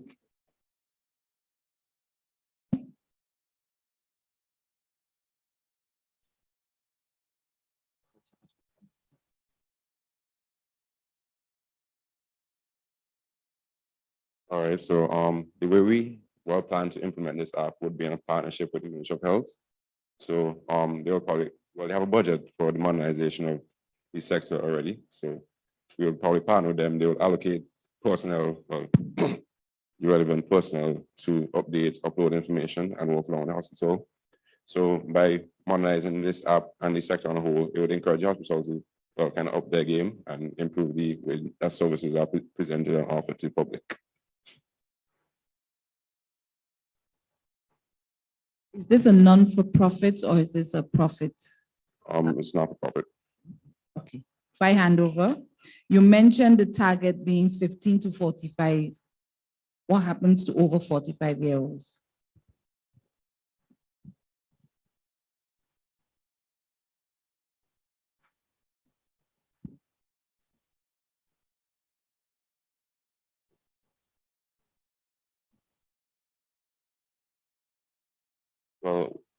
Well, we didn't try to discriminate against the old age group, but we think that the 50 to 45 age group is more digitally literate age group currently. Although there are plans to make probably a simplified version for the elderly because there are many disabled elderly people who would find this app useful, but we would like to start with a good age group that we can test the app accurately with.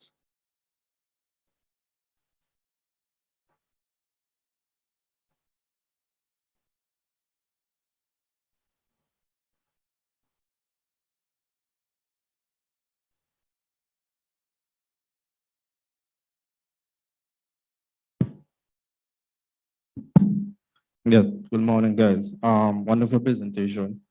I have a question. Is the app a sign-up based app? In order for me to use the app, do I have to sign and make an account? No, you do not, because we think that will lock off a good bit of population, and since it's kind of a public app, then you won't really need because it's a general public. But for some features, you will need to make an account. So like, well, you might implement appointment making, so you have to make an account for that, so you can have your data. But for the current outline we have, we won't need that. Okay, thank you.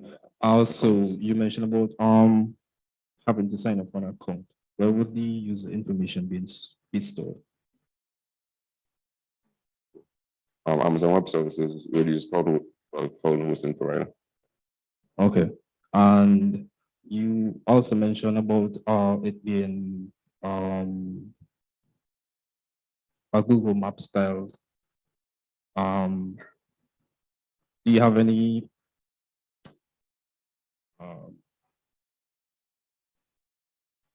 so would the app be tracking like the users while they're in the hospital? And will this data be stored anywhere?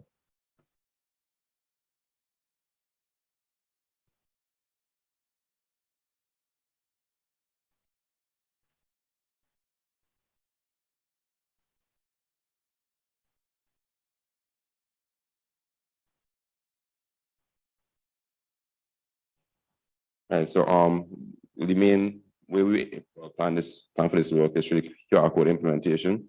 So when you go, you scan the code, it uses that to determine your location in a hospital. From there, it could estimate your location, but the data isn't stored permanently. So it'll be stored over a short period of time just to direct you from that QR code location towards probably the next QR code you can scan to make your way to your hospital. Thank you for the answer. Mr. Pompey, do you have any questions? Yes, thank you. So are you guys hearing me well? Yes, we are. Okay, brilliant. First of all, I want to comment on your delivery of your presentation. I think it was well done.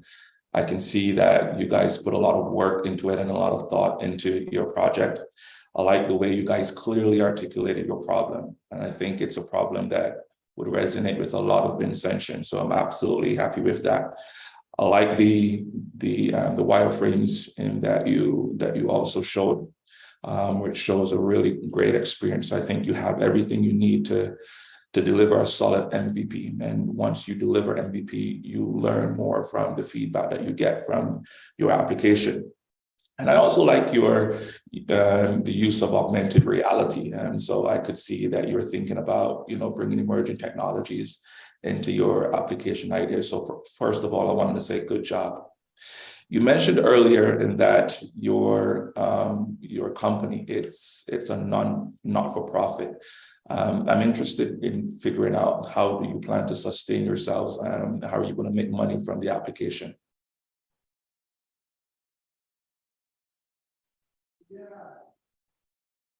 Okay. Well, I mentioned earlier that the way we plan to implement the app is through a partnership with the Ministry of Education, Ministry of Health, sorry. The app is really made for them because they have funding allocated for the modernization of as I said, the health sector in general. So they would be responsible for the maintenance and updating of the app as time goes on. Okay, so that's interesting. So you guys come up with the idea, you intend to pitch it to Ministry of Health. They give you the money to execute and build the application, then you hand it back over to them. Is that your intention, that your plan? Yeah, well, that's the plan. Or, well, we'll also be open to developing it with them, but that's the plan for now. Okay. Okay, so my final question is, why would the Ministry of Health choose you? I want to understand your team dynamics because ideas are great, but it's really about execution. So I want to understand each of you, what are your unique skills that are going to come to bear in this project that's going to make sure that it's a success?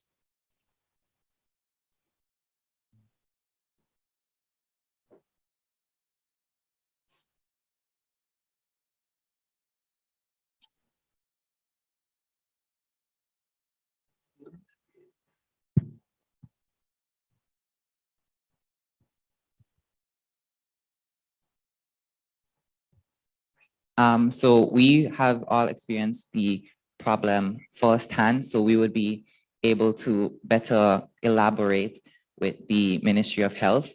If doctors were able to pitch this idea for themselves, they might see it from their side alone. But as we've gone through the problem and faced it ourselves, we would better be able to suit our app towards the people it's intended for. And we're also computer science students, and we have that, college charm. Okay, thank you.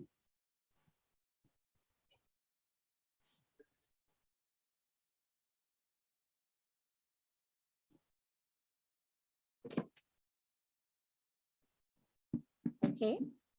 Thank you, Team Lyric, for your presentation. Guide. I would give the judges a minute to enter their scores.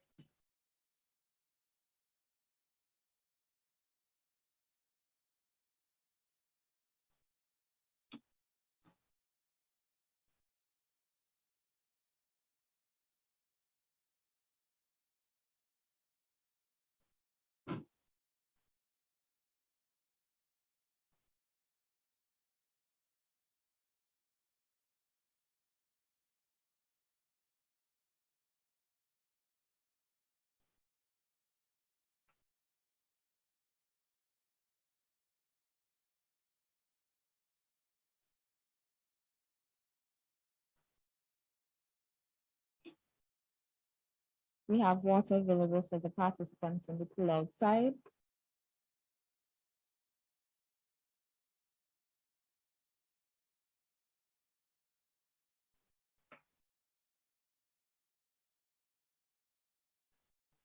Okay. So next team up in the open category, we have Red Lions presenting Aid Plus. Welcome, Red Lions.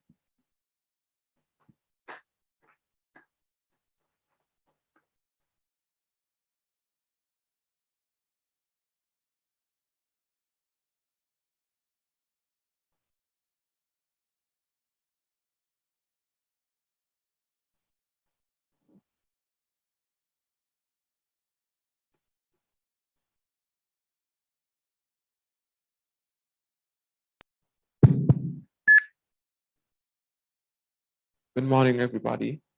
Aid Plus for a better nation. My name is Rakim De Freitas, and this is my colleague, Renata Nanton. And today we'll be presenting Aid Plus, that is an app, which is an app that provides all government initiatives in a central location. So initiatives that are geared to help citizens become better, more productive citizens in the economy, or even better themselves, we would provide all of these initiatives in a central location.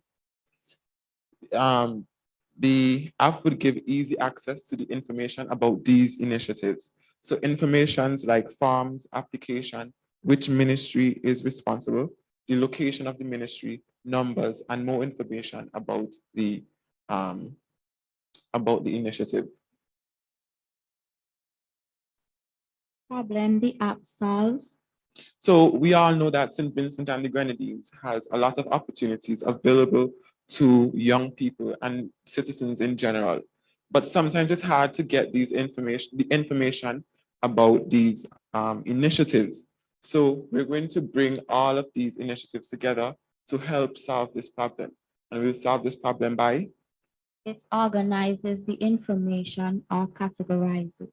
So for example, we have scholarships We know that the Ministry of Education offers scholarships, and the Ministry of Foreign Affairs offers the Mo for Taiwan scholarship.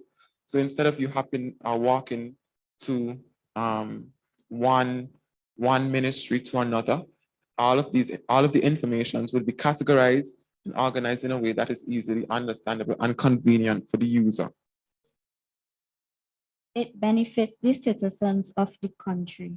So it benefits the citizens of the country by giving them opportunities to better themselves and become more productive in the economy and become more productive in the economy.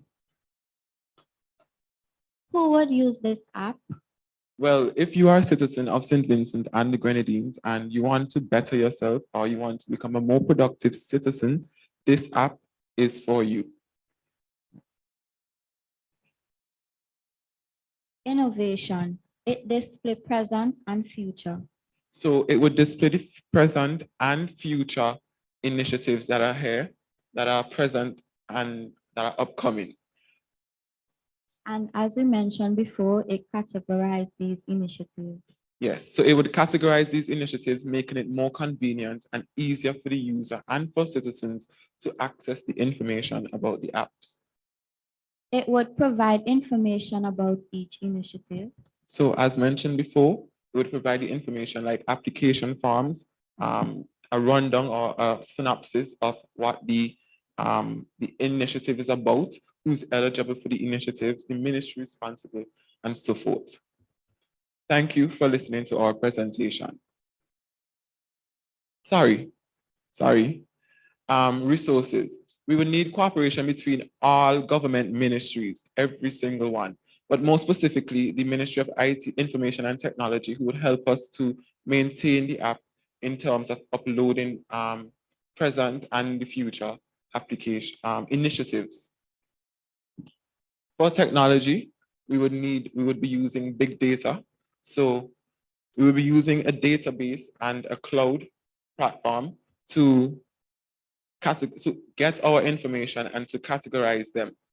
And we will build the app with React Native. Thank you.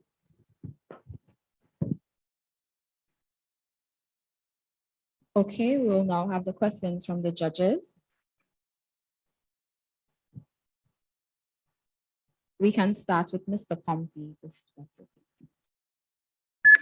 Okay, thank you. Good presentation. I want to understand how are you going to make money from this app? The app is not for profit. It's a non-profit app. It's designed to help citizens, especially those who are less fortunate, to become better citizens and productive citizens in the economy. Okay, so where's the funding coming from to build the app? There is little to no funding for the construction of this app because the information that is out there is already available. We just have to gather that, collect the information, organize it, and put it into the app. Okay, thank you.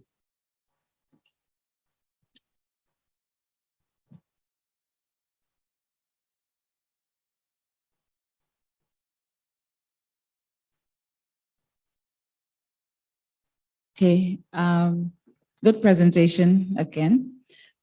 You mentioned that the problem is to have all initiatives, government initiatives, put into in one place. Okay, so which ministry in particular will be responsible to coordinate all these information to be placed? I know you mentioned you work with the IT department, but have you considered which ministry will be responsible for coordinating all of this activity and putting the information on the app? Well, it wouldn't be a ministry. No ministry would be responsible for the, what were you saying, the coordination? Right, the coordination. We are willing to do this by ourselves. However, the Ministry of Information and Technology, we want them to help us to maintain the app.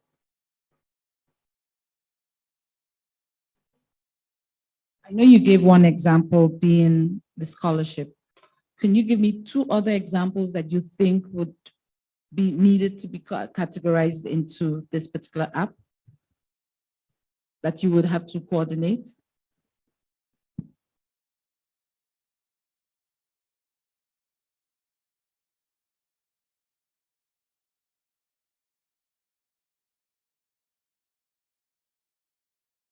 So 2 other initiatives that what we would like to categorize would be grants and opportunities offered by St. Vincent and the Grenadines friends, diplomatic friends.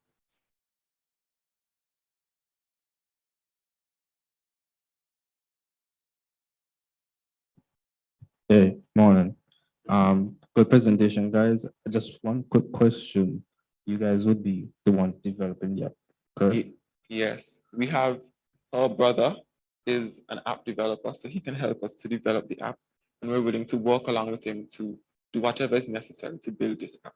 Okay, and you also mentioned that you would be the ones responsible for keeping the app up to date along with the additional help from the ministries, correct? Yes, Ministry of Okay. Information and Technology. Okay, thank you.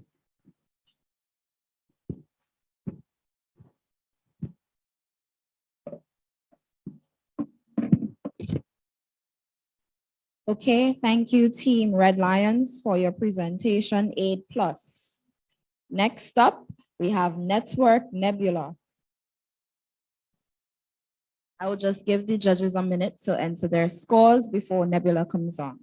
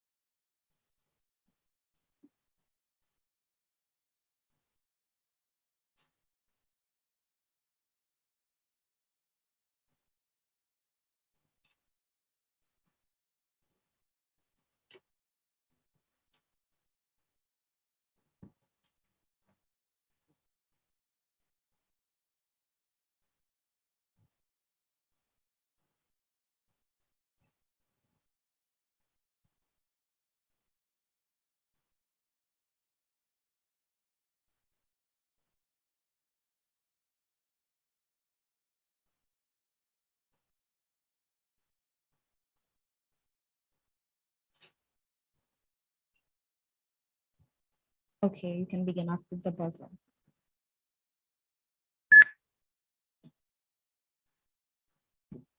Good morning. Imagine this. You wake up later than you expect. You rush to prepare yourself for school or work. And you realize that if you want to get to your destination in time, you have to leave right away. So you head to the bus stop without having breakfast or brushing your teeth. But lo and behold, you don't get a bus till an hour and a half. And now you're at your destination, hungry, and have a stink mouth. From this, we see our first problem. The use of public transportation is inefficient. This is seen as we have no way of knowing when the vans are coming or where they are. And when they do pass, sometimes they are full. This makes for a lot of time spent catching a van, actually trying to catch a van, instead of getting to the destination. Second problem, we can notice that also, although it's not stated in the scenario, that if you observe vans, the rules of driving are not regularly enforced or regulated. Some of the vans are in horrible conditions, and a lot of them are seen speeding throughout the country, anywhere, anytime. Is it worth the risk of an accident speeding to get to your destination on time? Lastly, Vans can be very inconvenient as it takes some time to catch vans, and sometimes it takes no time. So it's a little inconsistent. And some vans take obscure routes to get to the destinations. This creates an issue where people have to learn which vans go to which route. And the conductor might not even tell you where they're going until you get into the van. How do we solve this? So how will we solve the previously mentioned problems? Well, this is where e-travel comes to play.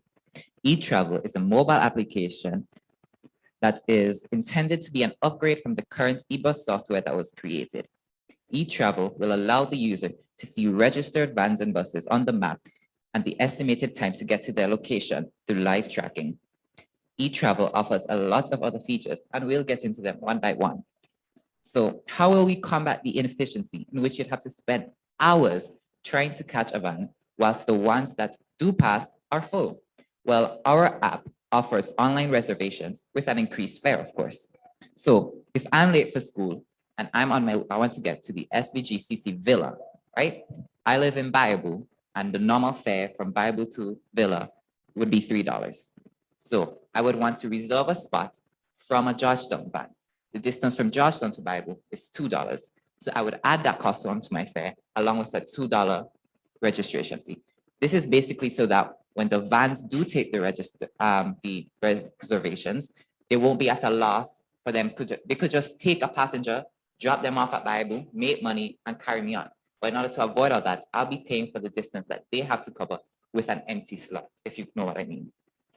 So how will we combat the, like some vans may be stuck at different locations due to traffic or whatever, and the app can allow the van drivers to put up a little notice saying that they may not arrive to the destinations on time. And they would also offer the contact information of the vans in order for you to contact them and see what's going on. Also, when multiple vans and vehicles are at the exclamation, the point of distress, basically, the government will be able to see this information and make a move to see what's going on here, whether it's traffic and they need to send a traffic policeman, or whether it's an accident and they need to get an ambulance. In order to combat unsafe environments, the app will gather data for analytical purposes. So while the app may be able to show the government which areas are common for speeding, though it will not disclose exactly which van did this. And to combat poor vehicle integrity, the application comes with incentives, one of them being free vehicle checkups and reduced prices for repairs. The government will be responsible for contacting the firms responsible for repairs and will also pay the reduced costs and free checkups. The incentives are given with the app's interaction. So our live tracking is our base feature, and we have secondary optional features that vans can offer, such as online reservations and an estimate on how much room is available in the van. And based on the time spent offering these services, they are eligible for even more benefits. Finally, the app will be able to show the expected routes. If a van can't decide whether they can take a specific route, they can put up an undecided tag that will let users beware that they might not take the specific route to which they require. So the app is intended for tackling some of the previously mentioned problems.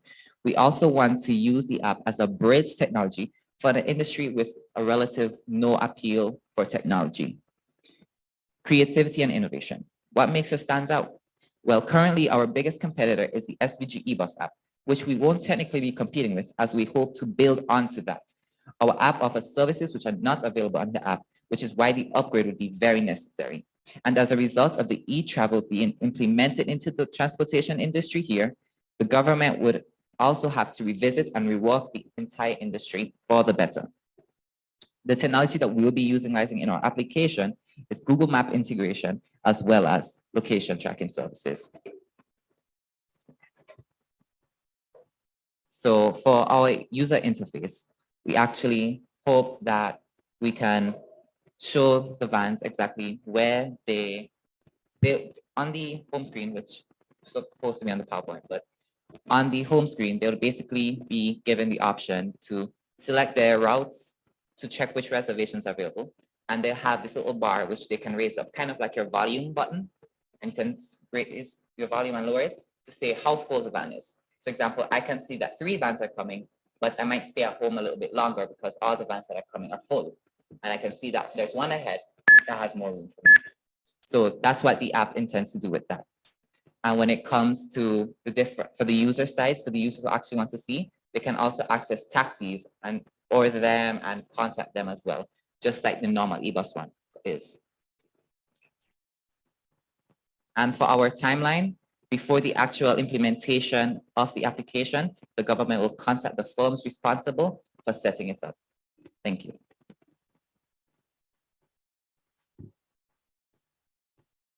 We will now have the questions from the judges, and we will start with Mr. Pompey. Okay, great, thank you. I listened to your presentation and I'm trying to understand whether the drivers are the ones who will have to be, updating the app as they're driving, or is the conductor who is actually updating the app in real time?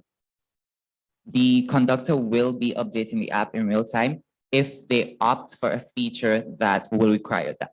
Because if all I'm doing is offering the live tracking feature, then all I have to do as a van driver is initiate it, turn it on, so the app will know I'm in service and it'll start recording time, therefore making me eligible for more benefits. And then I'll just put it in my pockets and start driving.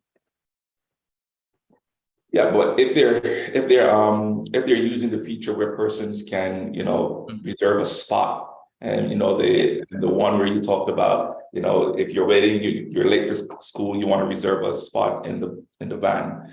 Now how would that one work? I'm trying to understand. All of that will be done by the conductor. And we try to do as simple as we can because conductors like to communicate with the people inside, also arrange seats. So it will be simple as just swiping your screen from left to right, kind of like Tinder dating. All right. And what if the conductor is standing up in a rammed up van? Still, the app, we can offer more things such as soon as you open the app, you can, even if it's in their pocket and they can't reach to get it out, we can set things up in place such that you could press your volume up to, inform people to lower the amount of, but you can press your volume up to increase the number of people that you say you have in your vehicle, or lower it down. You can also have vibrating notifications, so probably a reservation is made, and then you would go out to take your phone and do whatever. But if you're in a point where you're standing up, I don't think you would have room to accept a reservation anyways. Yeah. Okay. And then finally, what's the price point for this solution? The price point for this solution, you mean the cost to use it? Yeah. Okay. So who's going to pay for this app, to use this app? As we said, this app would be an update basically to the SVG eBus app. So it'll be government owned and used. Okay. So it's going to be a complementary solution with the eBus. It's going to be added on to the eBus. It won't be a complete replacement since the eBus is an agreement between Taiwan and America. So it would be kind of offensive to just scratch what they did and do something else. So it would be better for us to build on top of that. Okay. All right. Thank you.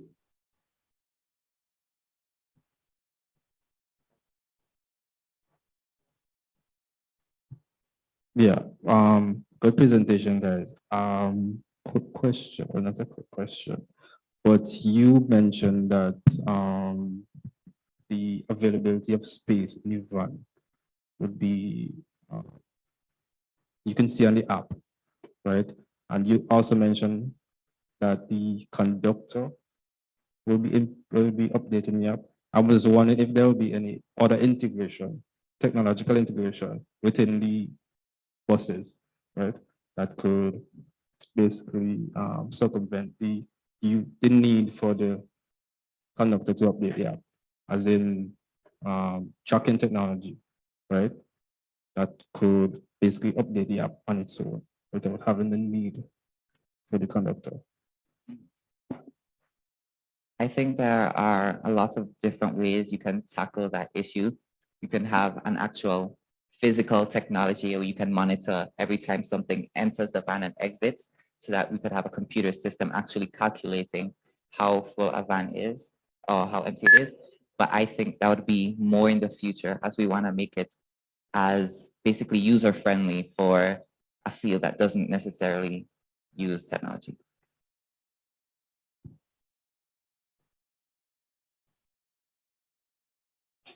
Okay, good presentation you have there. My question is, I know right now with the e-bus that not all van drivers are on board. So how do you intend to promote this app? And what uptake do you think would occur with this particular app? And my other question quickly also would have to do with how do you guarantee the reservation that when you've placed a reservation and when I get there, my space is actually waiting on me? So for the first question, in order to ensure the basically survivability of the application, what we want is that when the app was released originally, it was barren essentially. No people would get the app because there weren't vans that were using it, but the vans weren't using it because there were no people that they could benefit from. So it created kind of this stagnant, dead application. So what we intend to do is before the initial application, the government themselves would either produce vehicles and personnel to have like government vans basically, or they would reach out to these vans and get them pre-registered before setting rent. And in order to encourage people to come in, we actually offer a variety of incentives, such as reduced gas prices and things that can help with the actual infrastructure of the vehicle, so that we can guarantee, well, not guarantee, but help with customer safety. And for the second question, can you repeat it? So one of the things we want to do is that for the reservation, you would pay online, right? So it's not like I can reserve a spot from Georgetown and I'm all the way in Diamond and I have a van basically with a free spot for me. When they come to me, I can't follow through, I'm not there, and the van just had an empty spot for nothing. But if in case of where we have to hold the van accountable, if the van comes and the reservation isn't met, the van like accepts, because remember the van has the right to accept or decline reservations. If the van accepts set set reservation and you come and the van isn't prepared, you can flag them, kind of like a reporting system, and then the government would use the information and see what's going on. Since you paid for it already and the van didn't decline it and you did not get into the van, then a problem would be raised up and then the van would be held liable.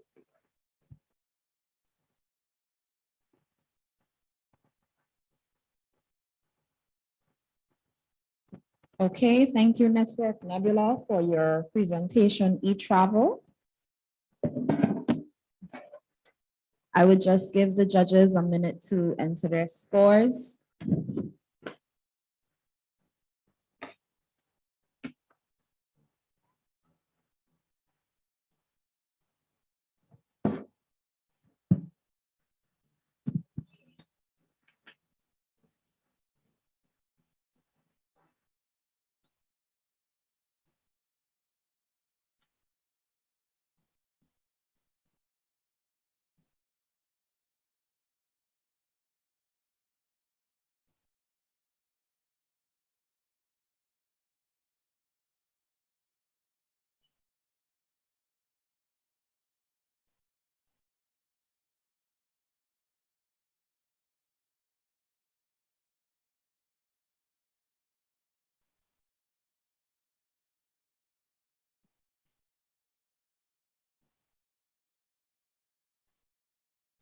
Okay, our next team presenting, we have Astra 1 with their presentation, Vinci. Welcome, Astra 1 with their presentation, Vinci.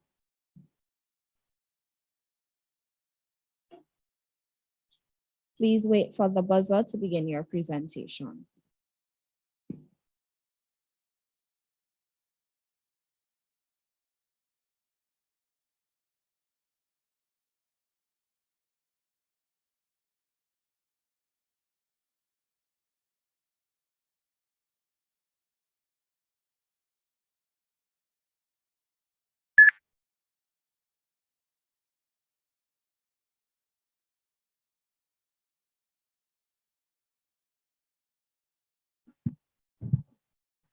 Hello? Okay, listen.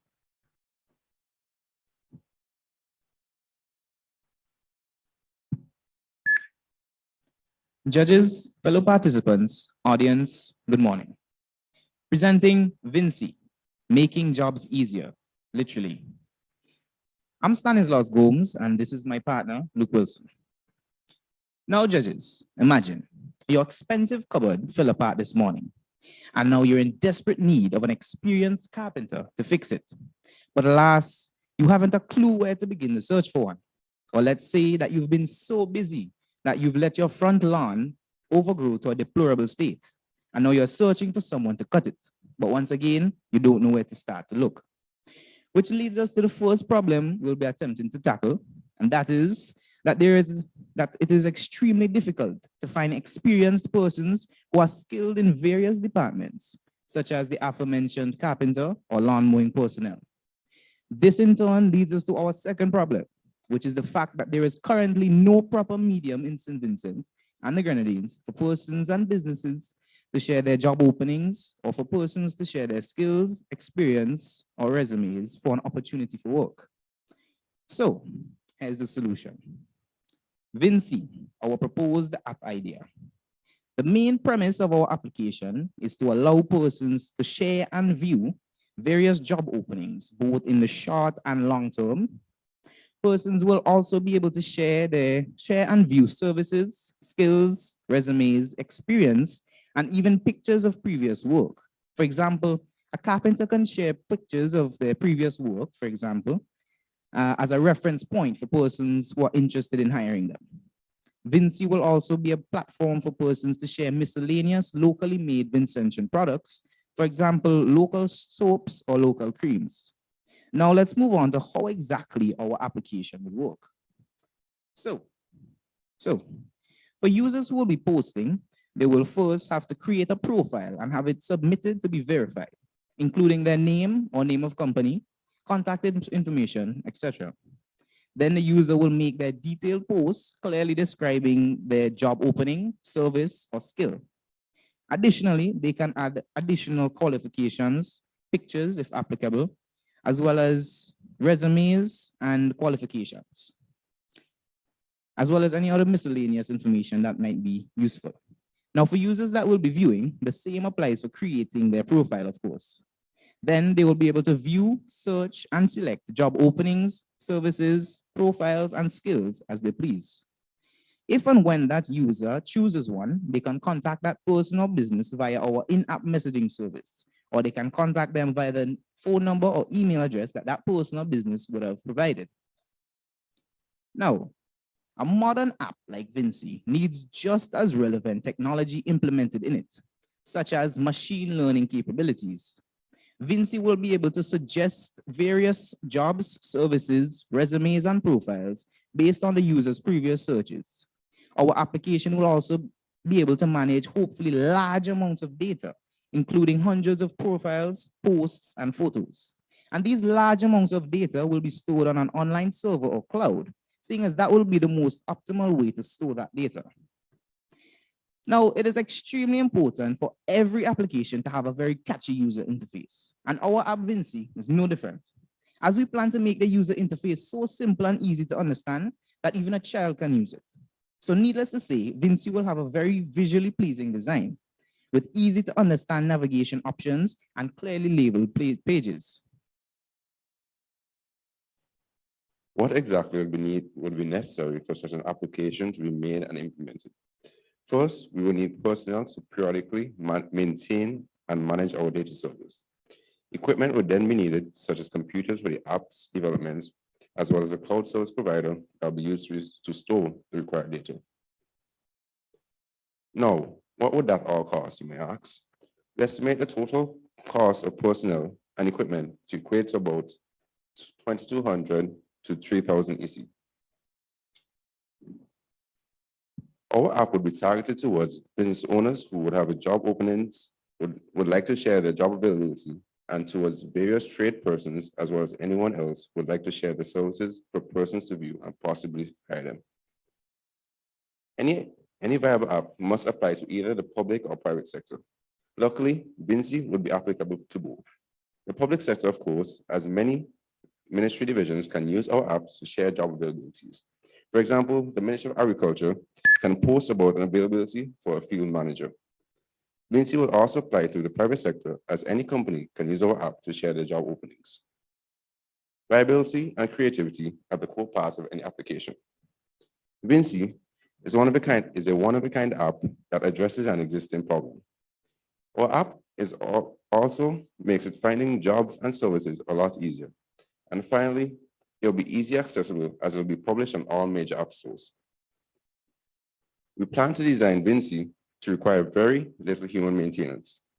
Our app will also allow users to view, hire, and pay tradespersons for their services or local goods through secure online payment methods such as PaySwift and Dcash, alongside the use of in-person transactions. It will ensure user security through Amazon Web Service integration. Additionally, Vinci will be financially sustainable as there will be in-app ads that generate money through Google's AdMob program. With the creation of Vinci, our goals are to make our app the best medium to find and share job openings and services in SVG, to make SVG more technologically advanced, to move on par with other developing countries, and to finally make the everyday lives of mid-centuries easier. Judges, audience, we thank you for your time and we welcome any questions at this time. Okay, we will now have the questions from the judges, starting with Mr. Pompey. Okay, thank you. Great pitch, guys. Have you thought about how you're going to keep persons using the app? In terms of what is stopping someone from, they have a plumbing emergency, they go on your app, they find a plumber, and the plumber comes to their house, and then they decide not to use your app anymore. And if that happens over time, then people are going to use your app less and less because they would find the services or the servicemen and that they are accustomed to. How are you going to keep persons using your app?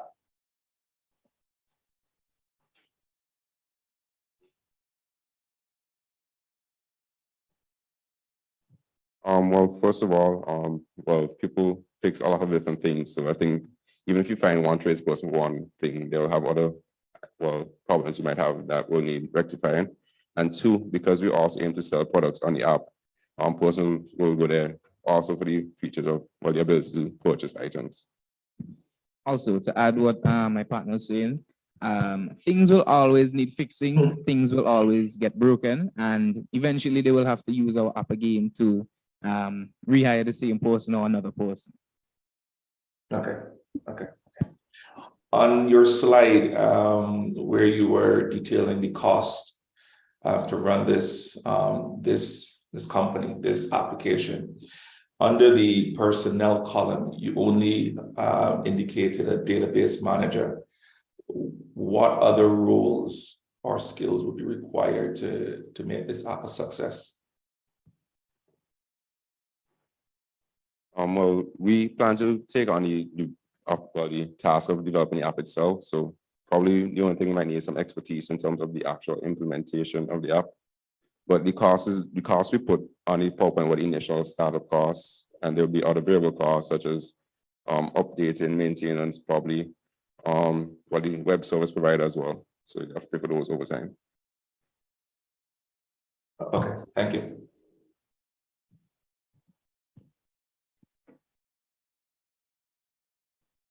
Okay, good morning. That was a good presentation. I have a question here. How does this app differ from the buy and sell, Vinci buy and sell on Facebook? What makes this different?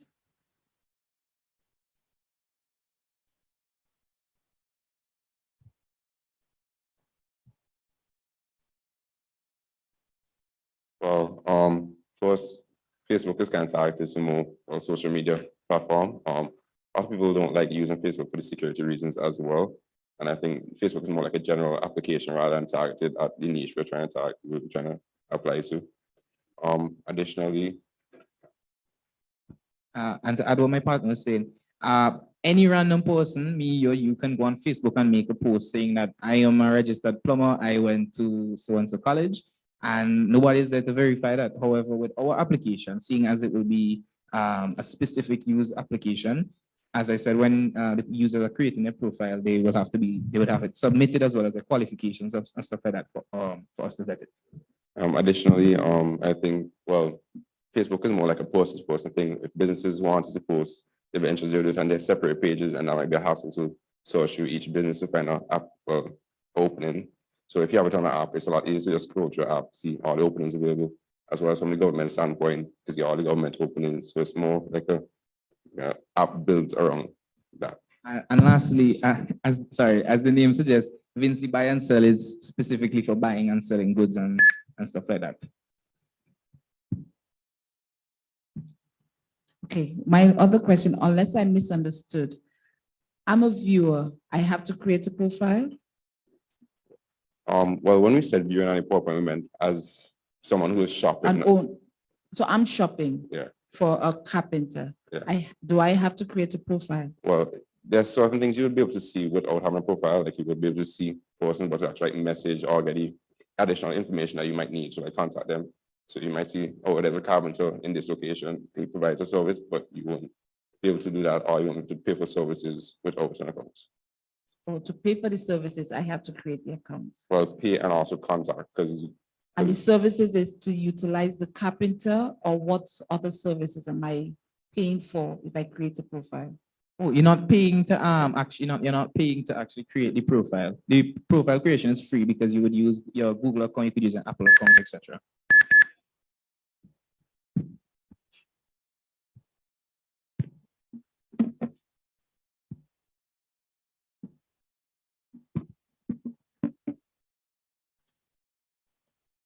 Thank you, Astro, for your presentation. Next up, we have Lyric presenting Codex text. Welcome, Lyric, to their presentation.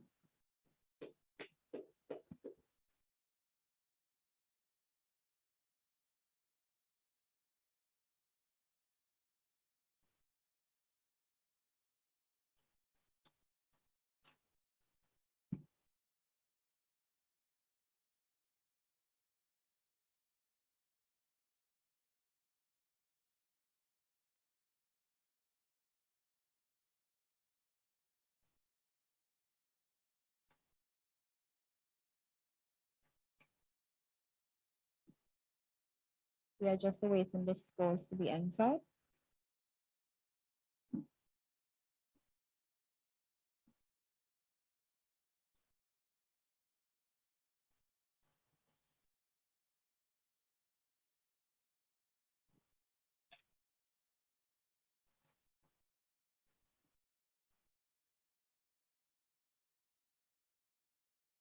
Okay, you can begin after the buzzer.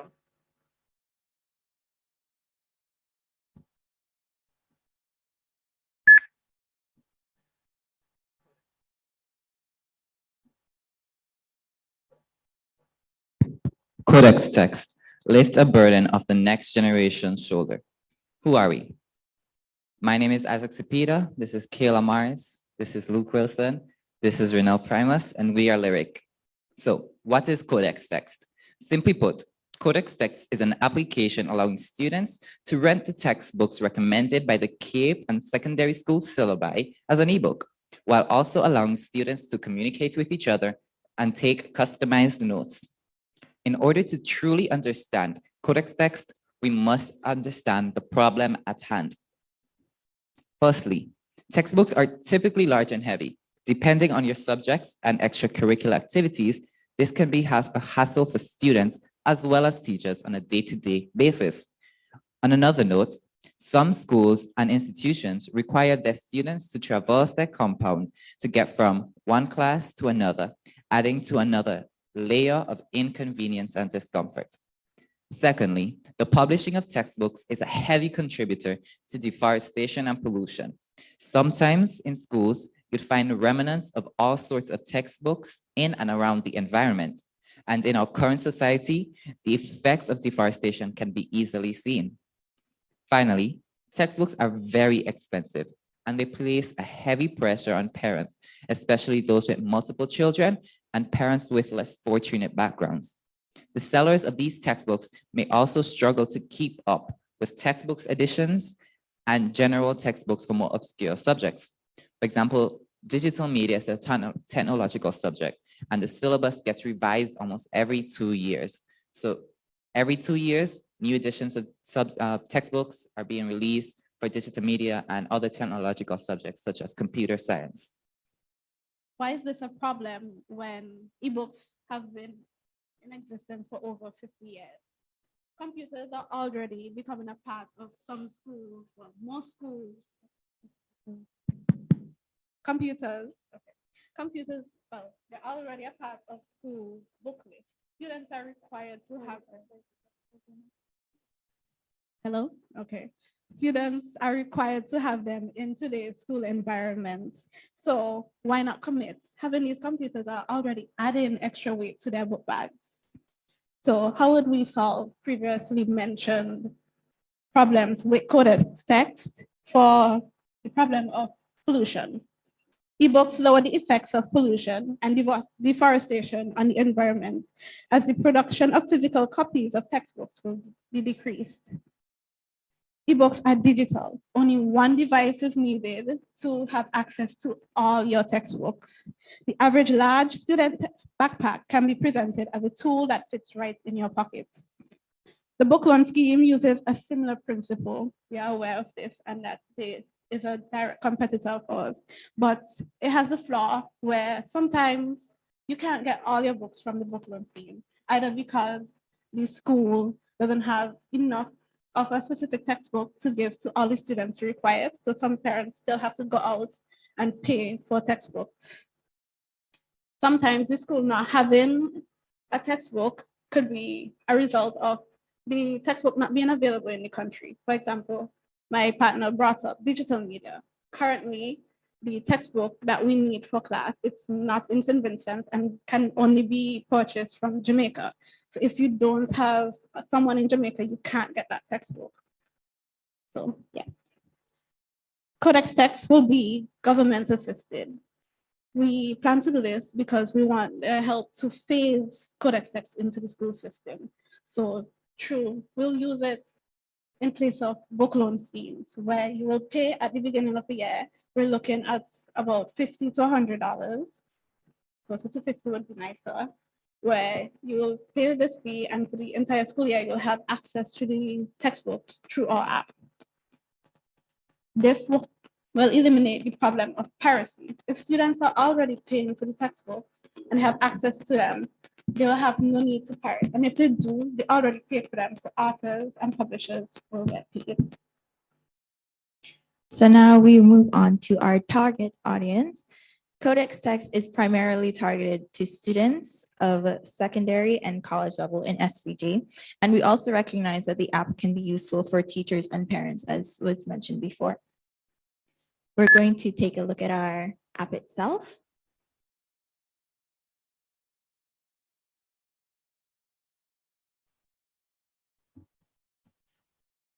Right. So for the very first, we have the account creation. Here you have your name, your email address. You also have the school of which you attend and your education level. This app will also be giving you access to syllabi for both, since we're doing secondary and college, both CAPE and CSEC syllabi and books. You'll also have highlighting in-app offline downloading of textbooks. You'll have note-taking and you'll have note printing features. So all of these features will be available within the app when you download the book in the app for you to use, for you to do note-taking as needed. There will also be a chat feature as seen there for in-class and individual based on subjects and based on school. So if you have physics as is seen there and you have an SBA group, then you can chat and say, hey, I need this question from this page in the textbook. We can work on it, stuff like that. We have an online payment for the app. We can do credit and or debit card. Dcash is an option for future reference, 4Cs as well. We could also do it simpler in case someone does not have access to the online option. Similarly to the book loan scheme, the person can pay the school and the school can pay for their textbooks. Now, our timeline for which we would like to get all of this done. So currently, for the 6 months preparation before we actually launch, we'd like to gain the rights to the necessary textbooks from the publishers and the authors of those textbooks and reach an agreement with CXC and the Ministry of Education, because CXC is the target for this app.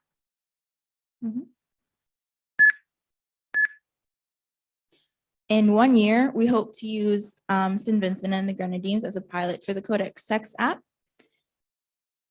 In 2 to 5 years, we'd like to have the Ministry of Education begin phasing out the printed textbooks and introduce Codex Text into schools as their primary source. And then 2 to 5 years, we'll begin branching out into other Caribbean countries and make it more available to them as well. Thank you very much.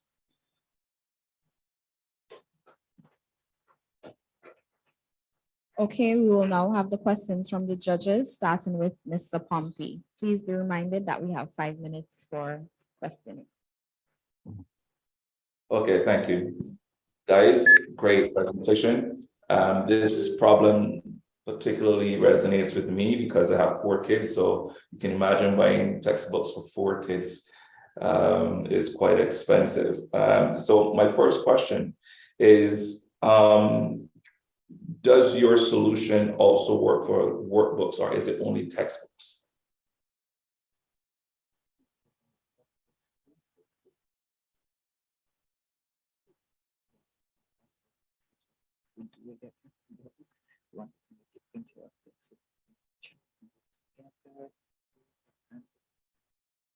Right, so we would not be implementing workbooks as of yet, as of these, because they are more rare and they'd also need, you'd actually need to write on the workbooks, forgive the interruptions, but you need to write on the workbooks, and that would not necessarily be available for all devices and all textbooks. So, but later on in the future, when we have workbooks implemented with, when we mentioned before with our chat features and interactive design, we'd make those workbooks interactive as well so that you could have access to them. But currently, no. Okay. Second question, thank you. Have you looked up a company called Book Fusion? And if you have, how are you different from their solution?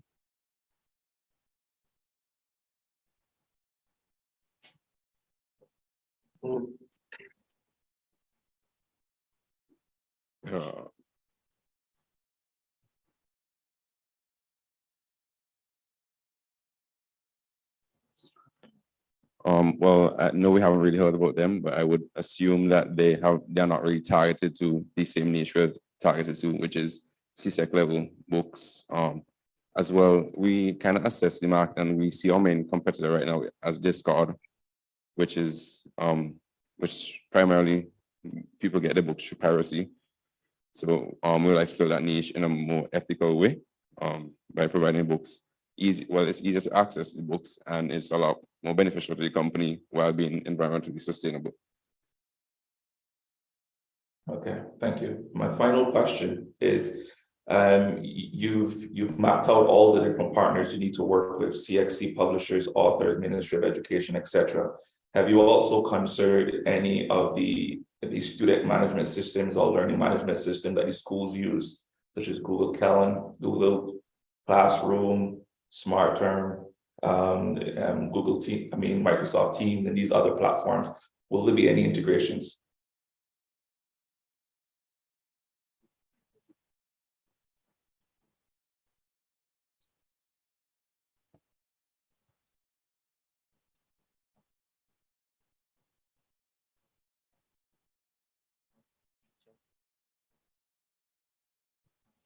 Well, we have it outlined so far. Well, that'll be mainly, well, probably chat features. You could, well, any chat features you could send links to Meet and stuff, but it won't be any direct in-app integration. So it'll be similar to where that, well, kind of some of the e-learning sites work currently, where they send links to join classes on Meet or Google. Because we think the in-app, the actual integrated in-app with the bigger companies might be a bit more difficult to achieve right now. But through chats and stuff, you could achieve the same thing just using links. Okay, thank We you. especially think this because not all schools use the same platforms. For example, secondary schools, the government gave them Microsoft Teams accounts, while the college uses Moodle as a platform. Okay, thank you guys. Thank you for your presentation. Okay, very good presentation. I just have one question. I think it's in line with the last question from Mr. Pompey. You mentioned rights to the books, textbooks. Okay, and you had a 6 months timeline.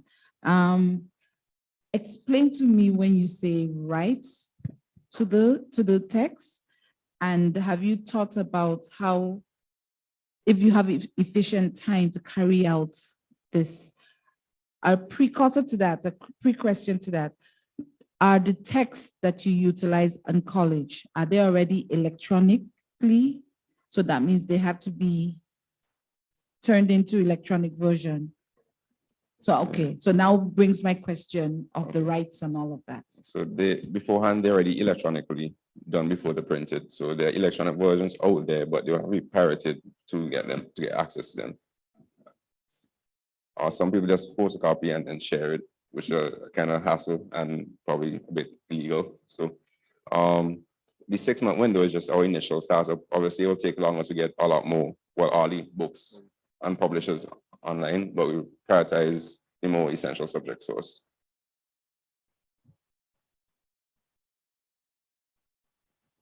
So, and regarding the rights, it's more of like a shared profit model where we would just like to provide a medium to post the books and they would get a percentage of the profit.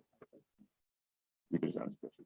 And as they won't actually need to produce the books as in a physical copy, it gives them a greater profit margin. Okay, Mr. Manson, do you have any questions?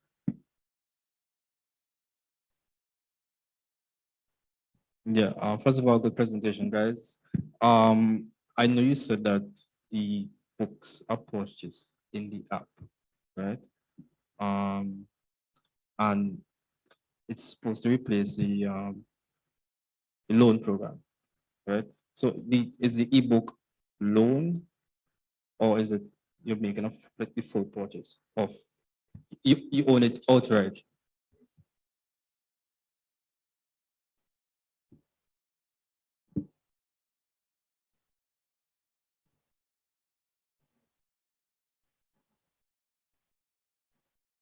Well, how we, all right. So how we initially expected to operate is on a subscription-based model, where you would pay a fee and get access to all the books at that level that you need for the period that you're in that level. But also, if you want to purchase a book and keep it permanently, you could buy them individually at a certain price. So basically, depending on what you're interested in, what you would like, you could give yourself different, you can do different things. So if you're a more fortunate person, you can afford to permanently purchase the ebooks and then maybe share it on to a child when they reach that level. The option to basically rent these books for the year, where you pay the subscription at the start, would only be for schools, but we will allow individuals outside of the school system to use our app as well. But this will not have the same price point as the schools, because the students in the school, because we run it like a book school and in cooperation, well, collaborating with the government. So outside users will have to pay for it permanently. They won't get the same benefits.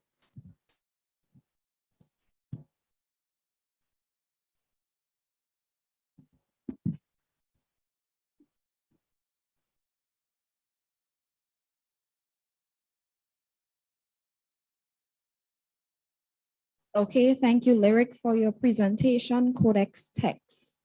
I will give the judges a minute to enter their scores.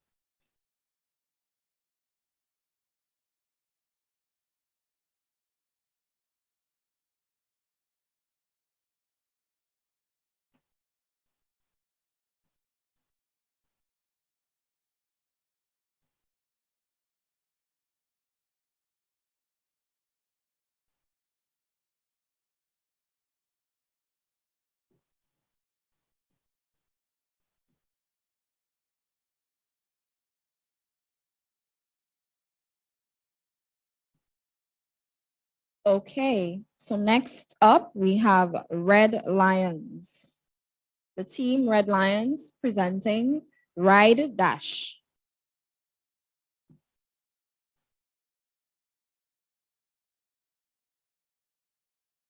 Please wait for the buzzer to begin your presentation.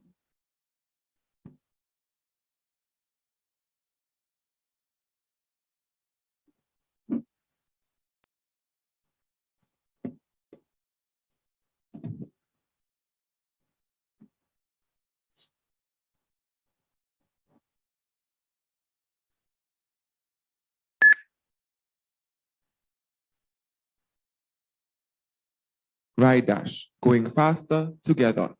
Good morning again. My name is Rakim De Freitas, and this is Renata Nantan, my colleague.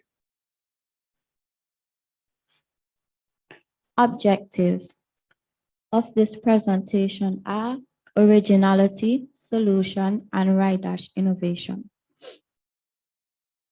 How original is our mobile app?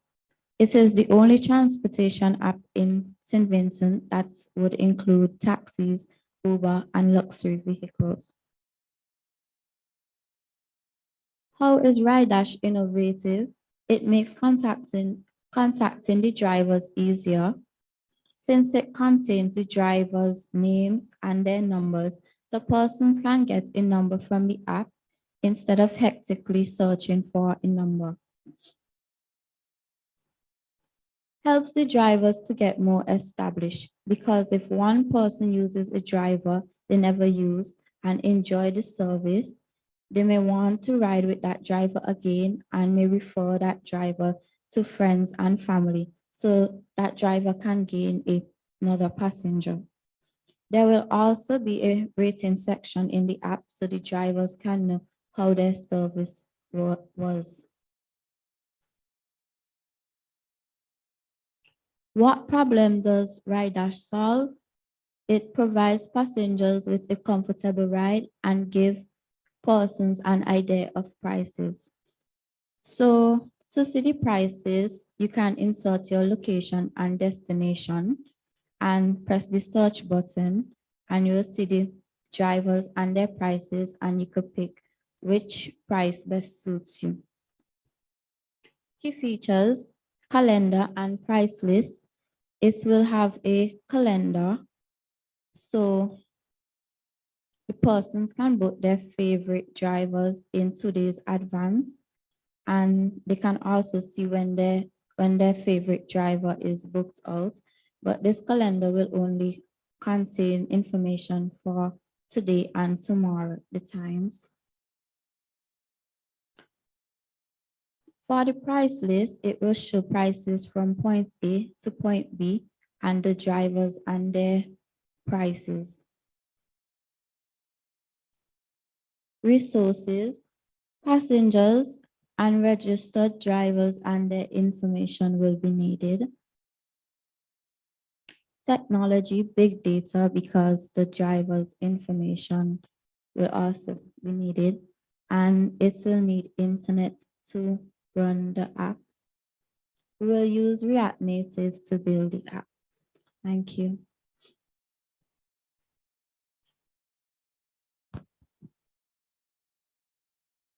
Okay, we will now have the questions from the judges, and we can start with Mrs. Jackson.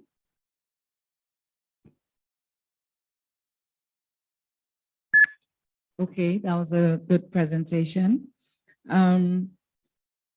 Who would be responsible for uploading the information real time? Are the drivers going to do the uploading, or you have your team that would have to do those? What information? You mentioned time. You mentioned something about uploading when you're going to be out, because the information will have to be there today and tomorrow of that sort. So that means who's doing that everyday update? Right. So as the drivers are reserved, they will be responsible for putting on the app when they're reserved. Something about information will be there just for today and tomorrow when you were speaking about the calendar.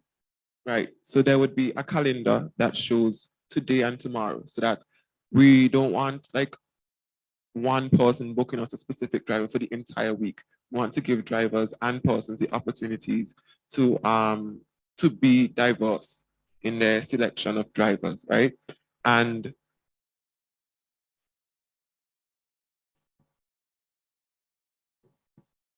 right. And the calendar now, it shows the drivers who are booked within the 2-day period that we that the calendar would show, and the prices. And we set these prices because there's registered taxi drivers, and the app would also facilitate Uber drivers.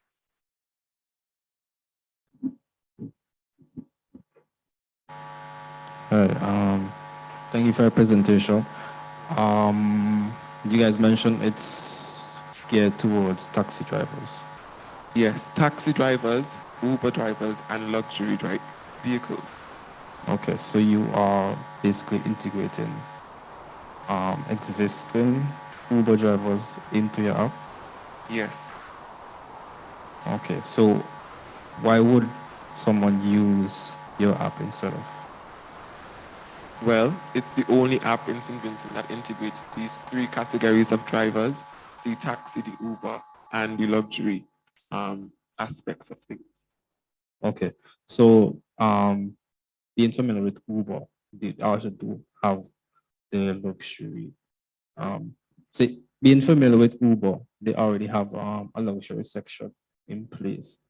And you mentioned the taxi drivers, right? What incentive is there for the taxi driver to basically use the service over, well, on the customer? What incentive is there to use the app, right, for the customer and the drivers instead Right. of using a separate platform? Okay, so there would be a subscription base and a free base. So with the free category, you can just go on and book or call a driver anytime, right? And with the subscription base, you'd pay a subscription monthly. And this subscription would go to the taxi drivers and the Uber drivers to help subsidize the cost of gas and service prices. Because when we did our interview with 2 taxi drivers, they told us that the most expensive expense for them was gas and service prices, service parts.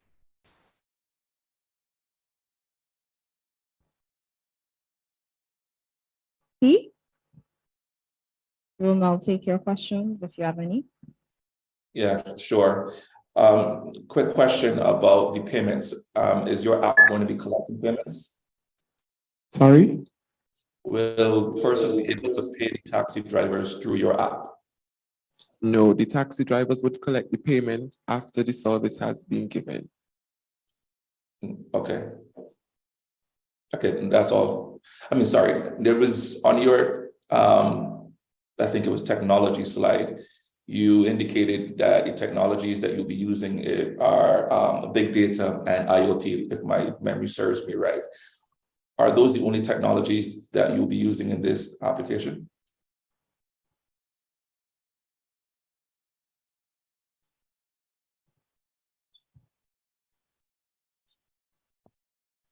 We would also be using a cloud service to store the information. Okay. Okay, thank you. That's all from me. Thank you. Thank you.